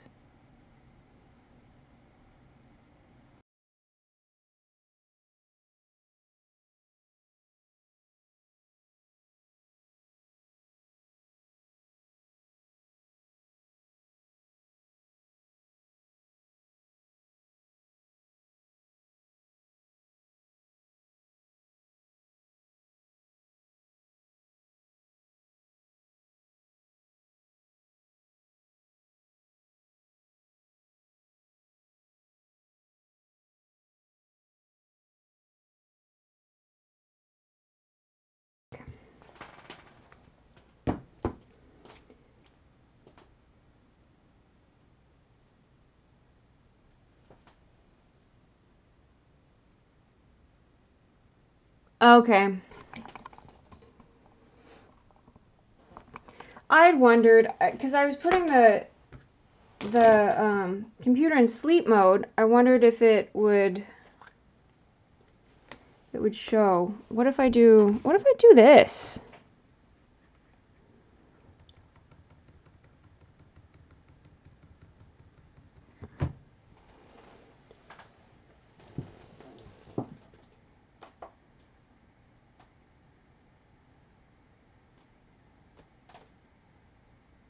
No, you can't see it. That's a bummer.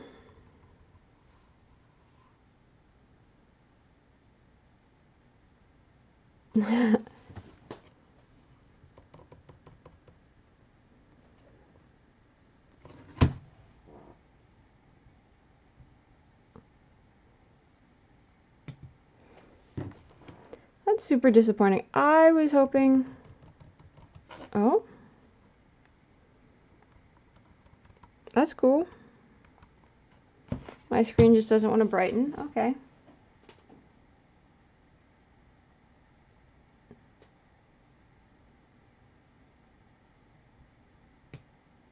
There we go.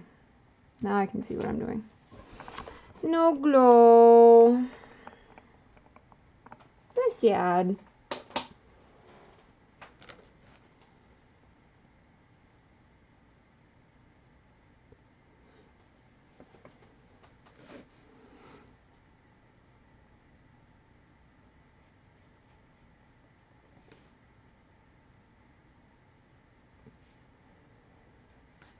I was really excited because it's going pretty nicely for me.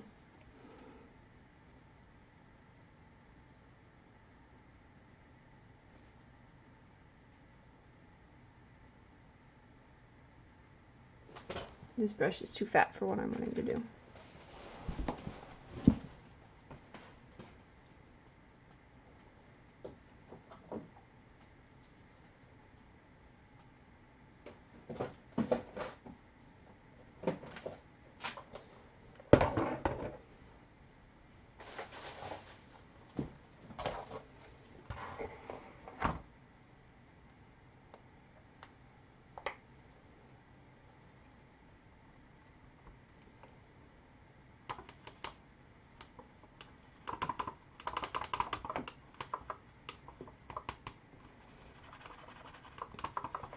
I had a bottle of water that I kept in here to help rinse out brushes. I don't know what I did with it.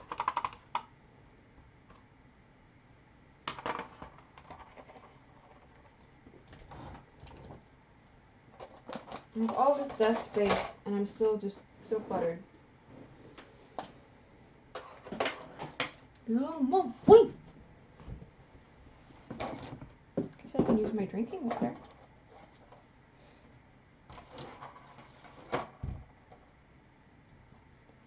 Well, I'll try to post the glow up on different spots so you guys can see it if you want to see it. I was so proud of my idea. And now... Oh! Night, Jace. Have a good one. Goodbye. luck with your flu shot tomorrow.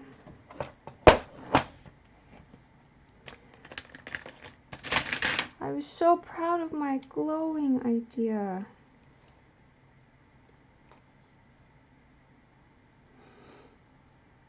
But it did not work.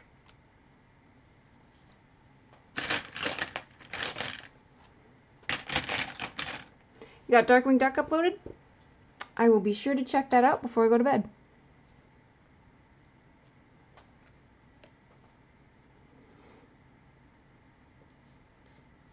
Let's get dangerous. I'm kind of stoked. It looks like Funko Pop is going to be re-releasing replicas of the old Darkwing Duck action figures.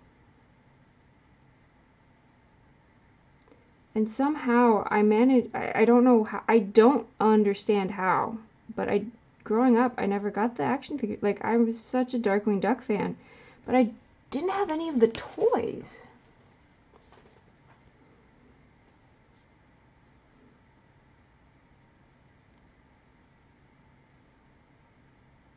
Like, I understand why we didn't, my mom thought the Ninja Turtles was a stupid idea, so, she didn't invest in those. And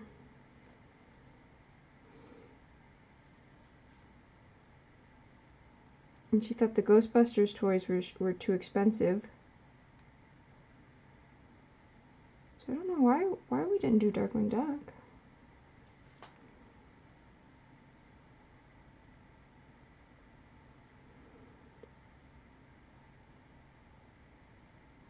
Because we did, I mean, like, just about anything else Darkwing Duck we did, but not the toys.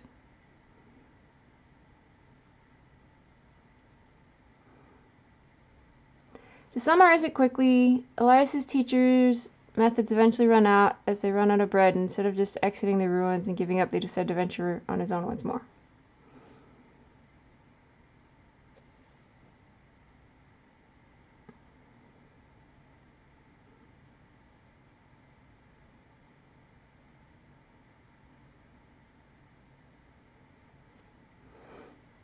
And Thomas has shared a link to Darkwing Duck. I've been begging him to draw Darkwing for a few days now. Ah, there he is. There's my boy. Very nice. Very happy with how he turned out.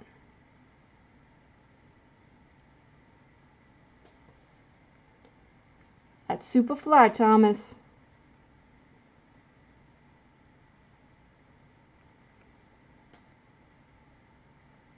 I like the detailing on the hat. Like, you got that little hatching going on in his hat and his cape. Very good.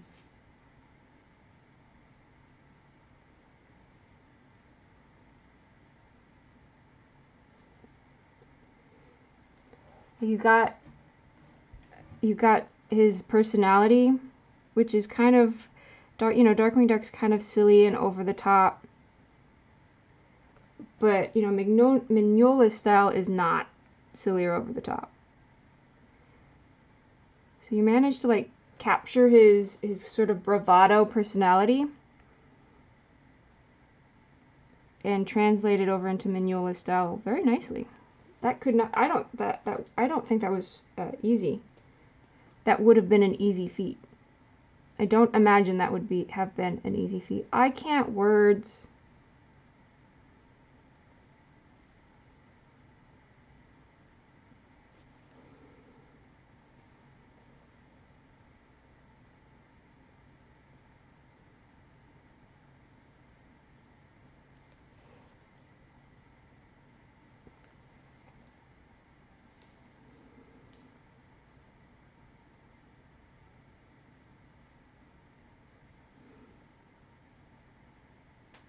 Thomas, have you thought about doing any of your own characters?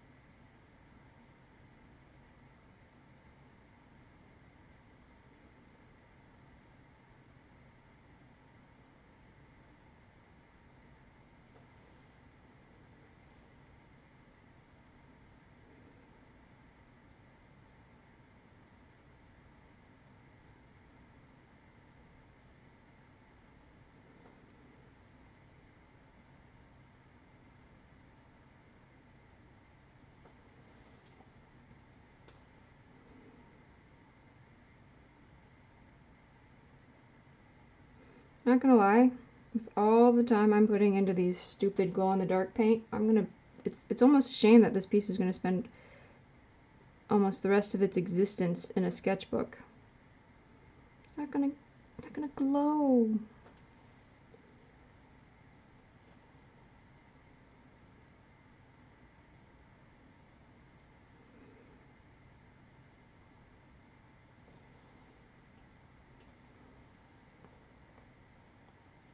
Oh, my neck. Results in the teacher returning to become more and more infrequent until he just stops. Elias stays to do his duty, awaiting the return as he keeps searching for what the teacher seeks.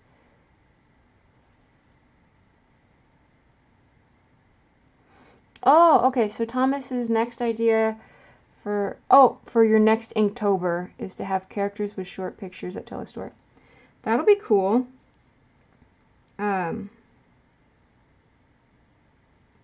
That's what some of my coworkers last year said they'd tried to do, narratives. Like have their, over the course of Inktober, each of their piece was going to be a part of a narrative or a comic.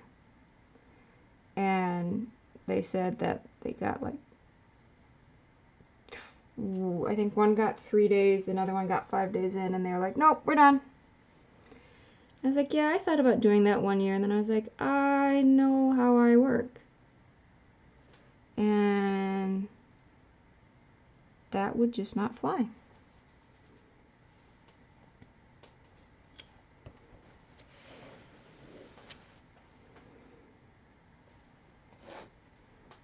I'm pretty pleased with how I'm doing this Inktober, though. Like, I've been staying on top of it. I haven't really burned out.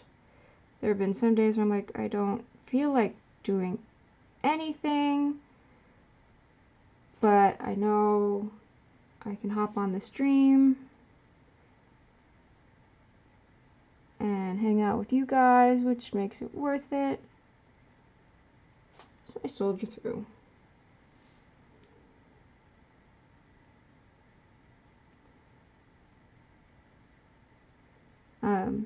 But one of my coworkers this year, you know, he wasn't so sure what he was going to do. And I found someone on Twitter was doing, she called it OC-tober. So it was like original character a day throughout the month of Buggy, go bite. an original character a day throughout the month of October. And she created a prompt list, and so he's been working off of that. And each character he writes a short missive on, which I thought was pretty cool. I had already had my heart set on alphabetical animals.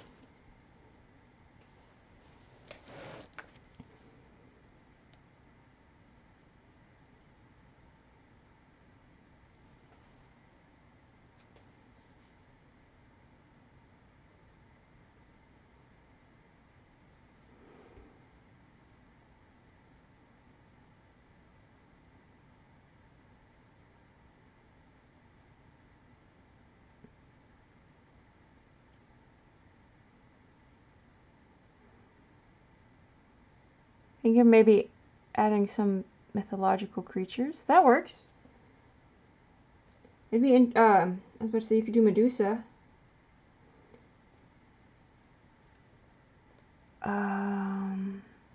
Suri says once he is introduced to the party he will be part of, it would have been 75 to 125 years since he entered the ruins with his teacher, and that's the story version. Oh, geez. So he's been there a while. Does he realize he's been in there that long? Since time passes differently. By the way, TFS released a preview clip for Hellsing Ultimate Abridged. That's exciting. I need to watch the, I've only seen like the original Hellsing that came out, the original anime.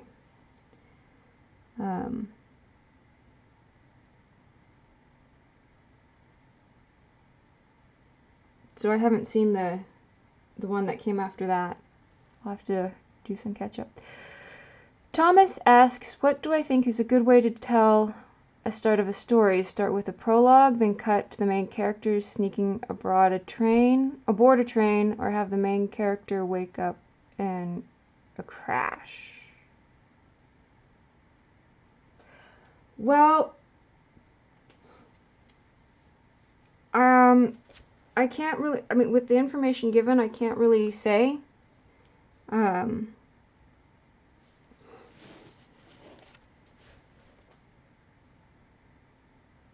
Because I mean, both are successful ways, I mean, are good ways to start your story. It just kind of depends on what effect you want to have on the reader. Do you want to start off, you know, in sort of a, do you want the reader to start off like with a sort of amnesia sequence of like, okay, who are we? How did we get here? What's going on? This car crash, or this train crash, or this crash. I'm assuming it was a train crash. But we're in this crash. Who's our character? What, you know, that sort of thing. And then as stuff progresses, more and more information is revealed.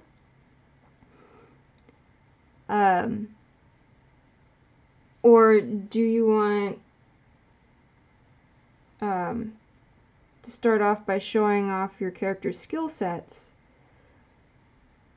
Because with them sneaking on the train, I feel like we're gonna get more of an idea of the character's personality, their skill set. You get a little bit more information about the character. And that also gives a little bit more information on like the world that they're in. Because you're going to include the environment in those panels. But with the car, you know, with the crash, you have that sort of like, okay, here we are. How did we get here? Because I've seen, like, you know, some films start off like that. Like, you don't really know quite what's gone on. The problem with those amnesia stories, though, is like, you've got to be careful.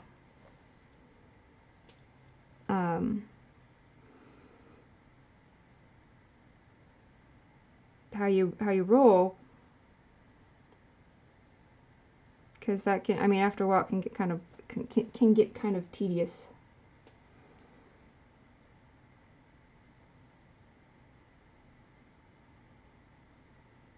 He doesn't realize how long he's been there. He thought just a month. As for Thomas, I think the latter could be interesting as it builds up tension quickly, but it also depends on the story, like I said. Trying to tell a big story little by little, like over the garden wall. Well, first and foremost, make sure you have the entire story written out. Don't worry about framing.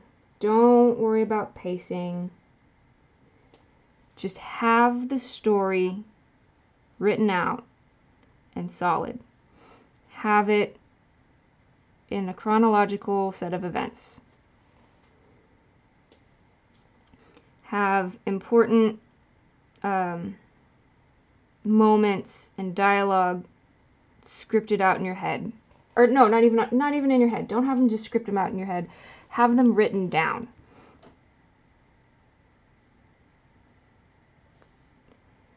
And by all means, feel free to keep them on little post-it notes.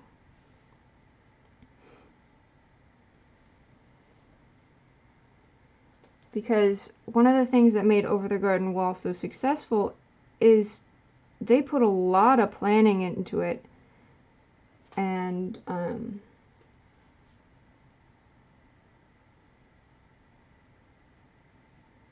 you know, like they were really good with the payoff, with the setup and the payoff.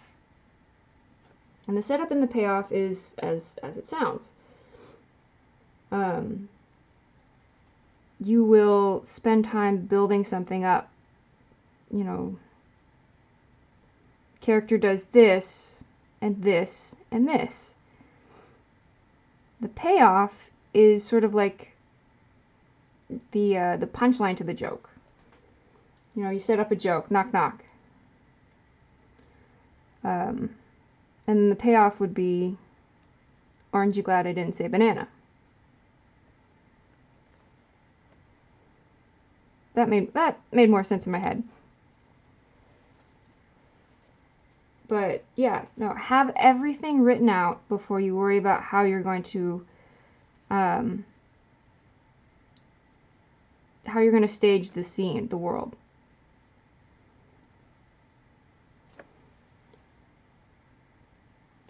Script it out, write it out.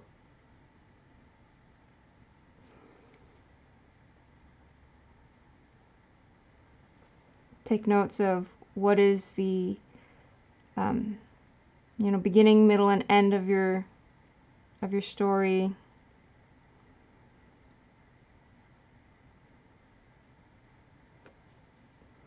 And keep it all together in a production Bible. I'm old-fashioned. I like to have,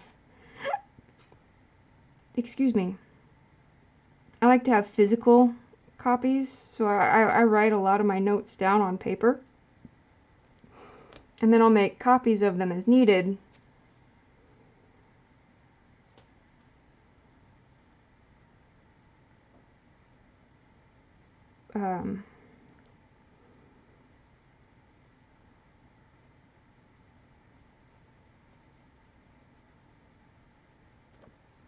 But I also keep everything in its own binder.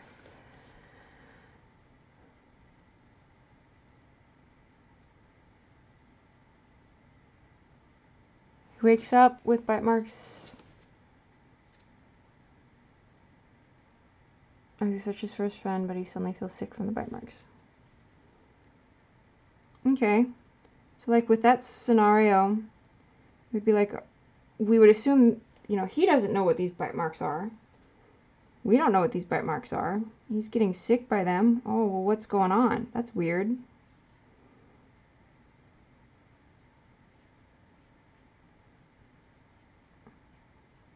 So we would kind of experience the unfolding of the events as the character experiences the unfolding of the events.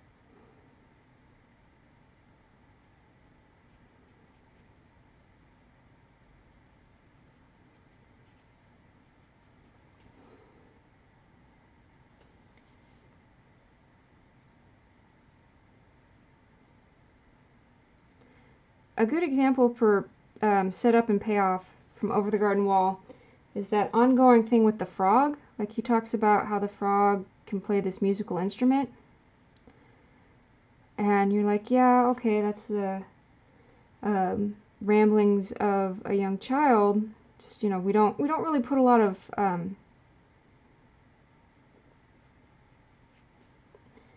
we don't really put a whole lot into him saying those sort of things. This character is kind of known for being a little odd, a little goofy. But the payoff for that is good. Like I guess I kind of did spoil some of it, but like, you know, the payoff is something that you would initially not believe, but it pays off.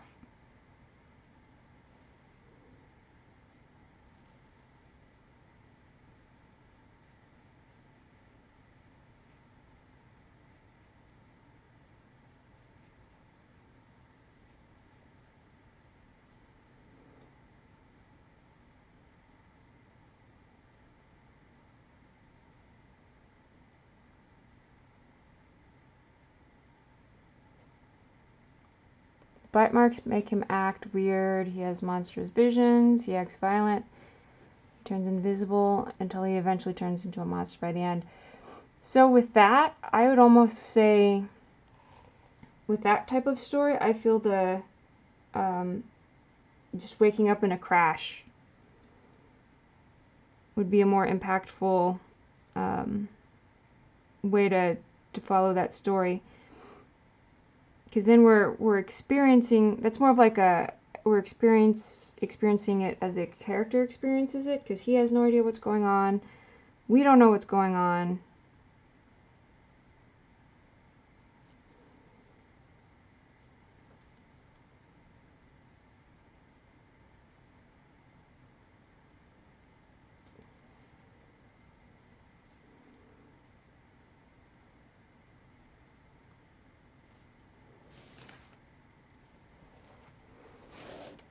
So as he's going through this ghastly transformation, and it's probably freaking him out, you know, we can be kind of freaked out too.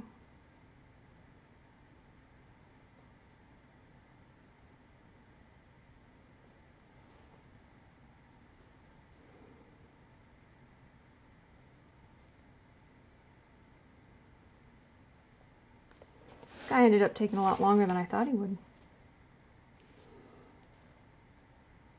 Because we are 2 hours and 30 minutes.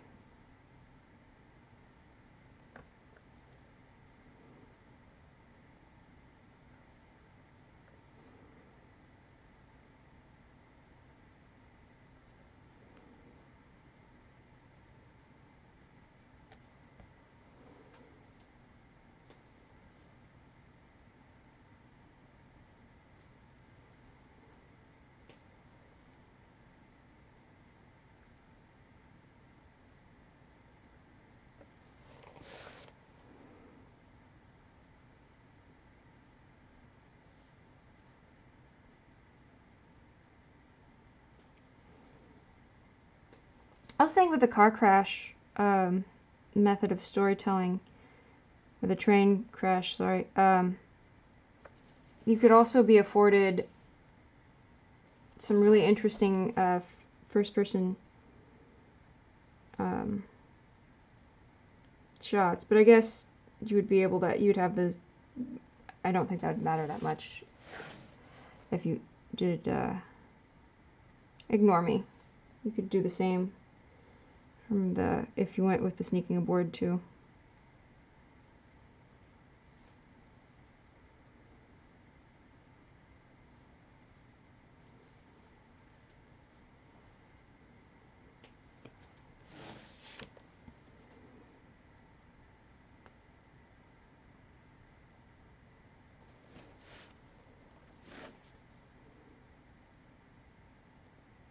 So Suri, the group he joins, are they looking for the same thing that his teacher was, or does he just join them to help look for his teacher?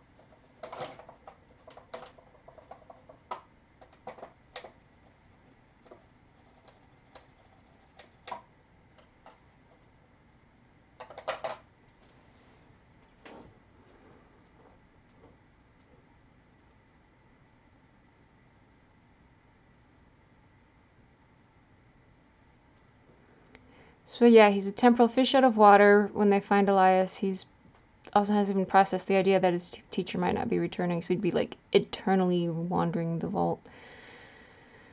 As he searches for a friend, we get a flashback before the events showing how it all happened.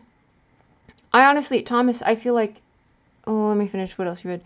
Like in the flashback, it shows that he's a thief that tried to steal some money on a train with a royal until he and his friend get caught by something supernatural.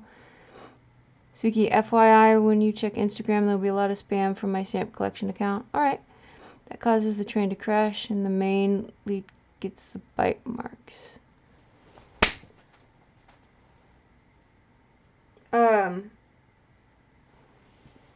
Suki, I would recommend, instead of just doing one great big flashback dump, just to kind of like over the course of the story, toss them in.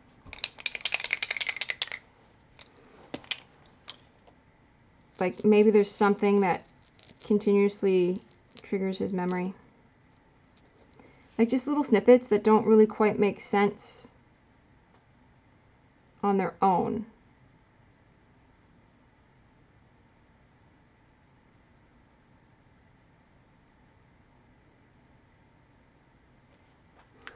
But as time progresses, like they start to add up, and they don't even have to be in sequential order.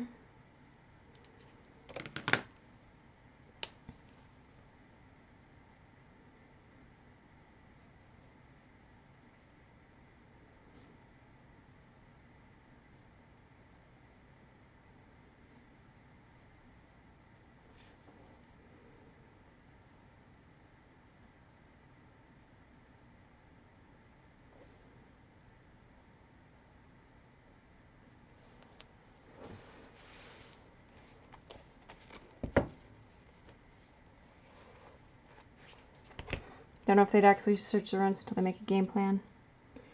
Fair enough. I would imagine, though, if you're going into ruins that it's very well known that people typically don't return from, that they would have a game plan going in.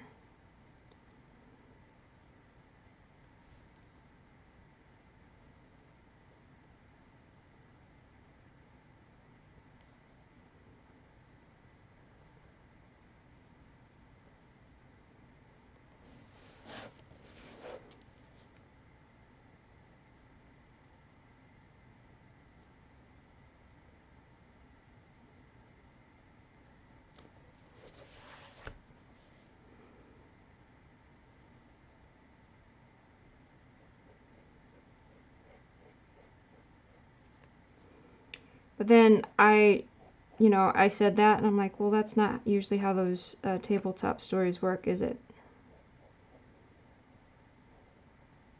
Like, it's usually like, all right, this is the situation you're in. What do you do now?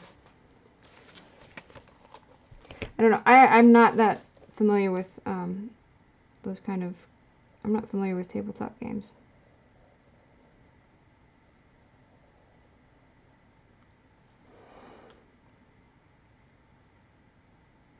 You need to get in touch with your friend about further details about this.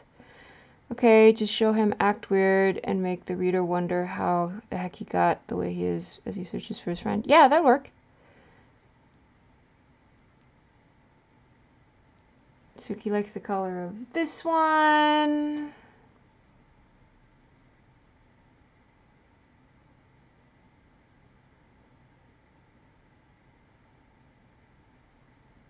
Yes, it's very good coloring. It's a nice shade of purple. Thomas was inspired by Jeff Smith's Razzle. Wait, Jeff Smith made other comics outside of Bone.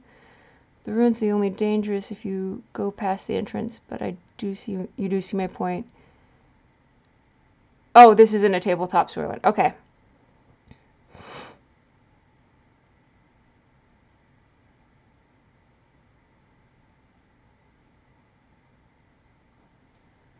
And this is about a dimension-hopping art thief. Suki's story is going to be a little more adult than Bones.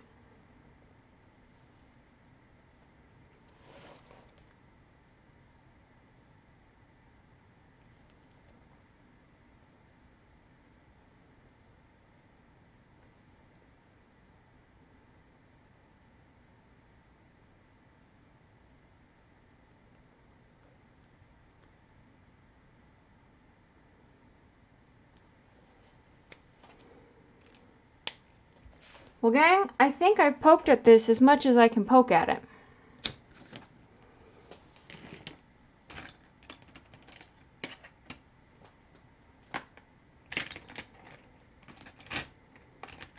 I mean, at this point, the only thing I can do is just continue to add glow-in-the-dark layers, paint layers.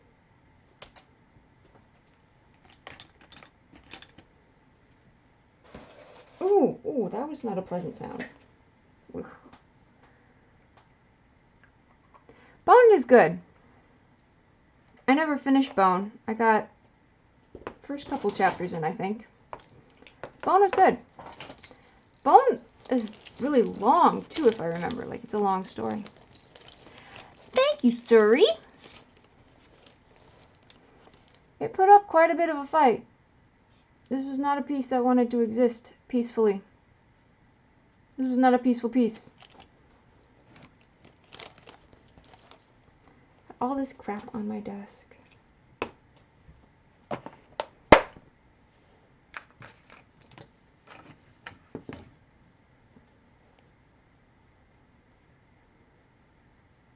I just have to remember to let it dry.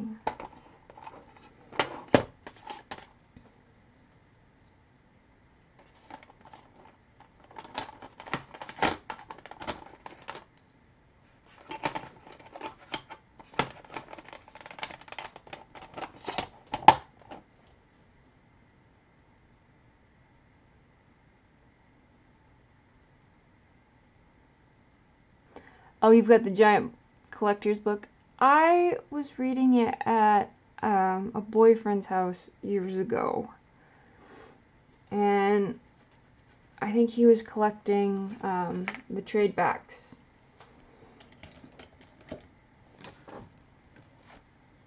And he'd get one. I think he got one every couple months or so. I don't think he had the full collection. And even if he did have the full collection, I don't think I would have been able to finish it all. Because it's so massive.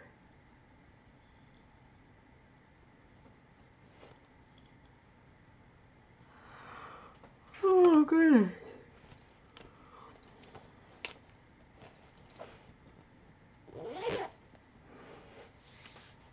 Oh, that's obnoxiously bright.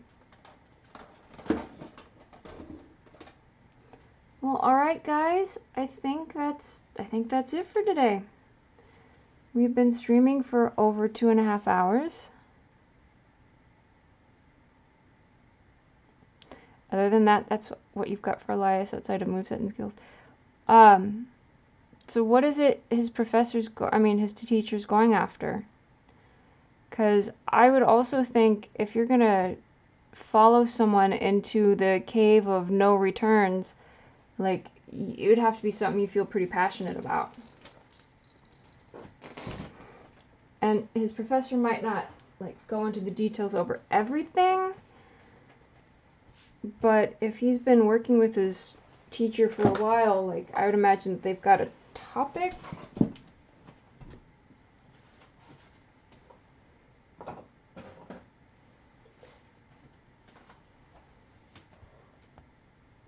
Oh, thank you guys for coming and hanging out with me. Without you guys, these pieces would probably not be getting done.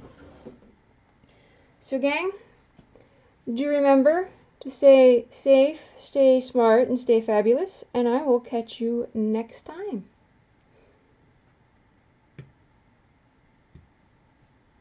As I wait a few seconds for the thing to catch up, so then you guys can hear my super cool closer.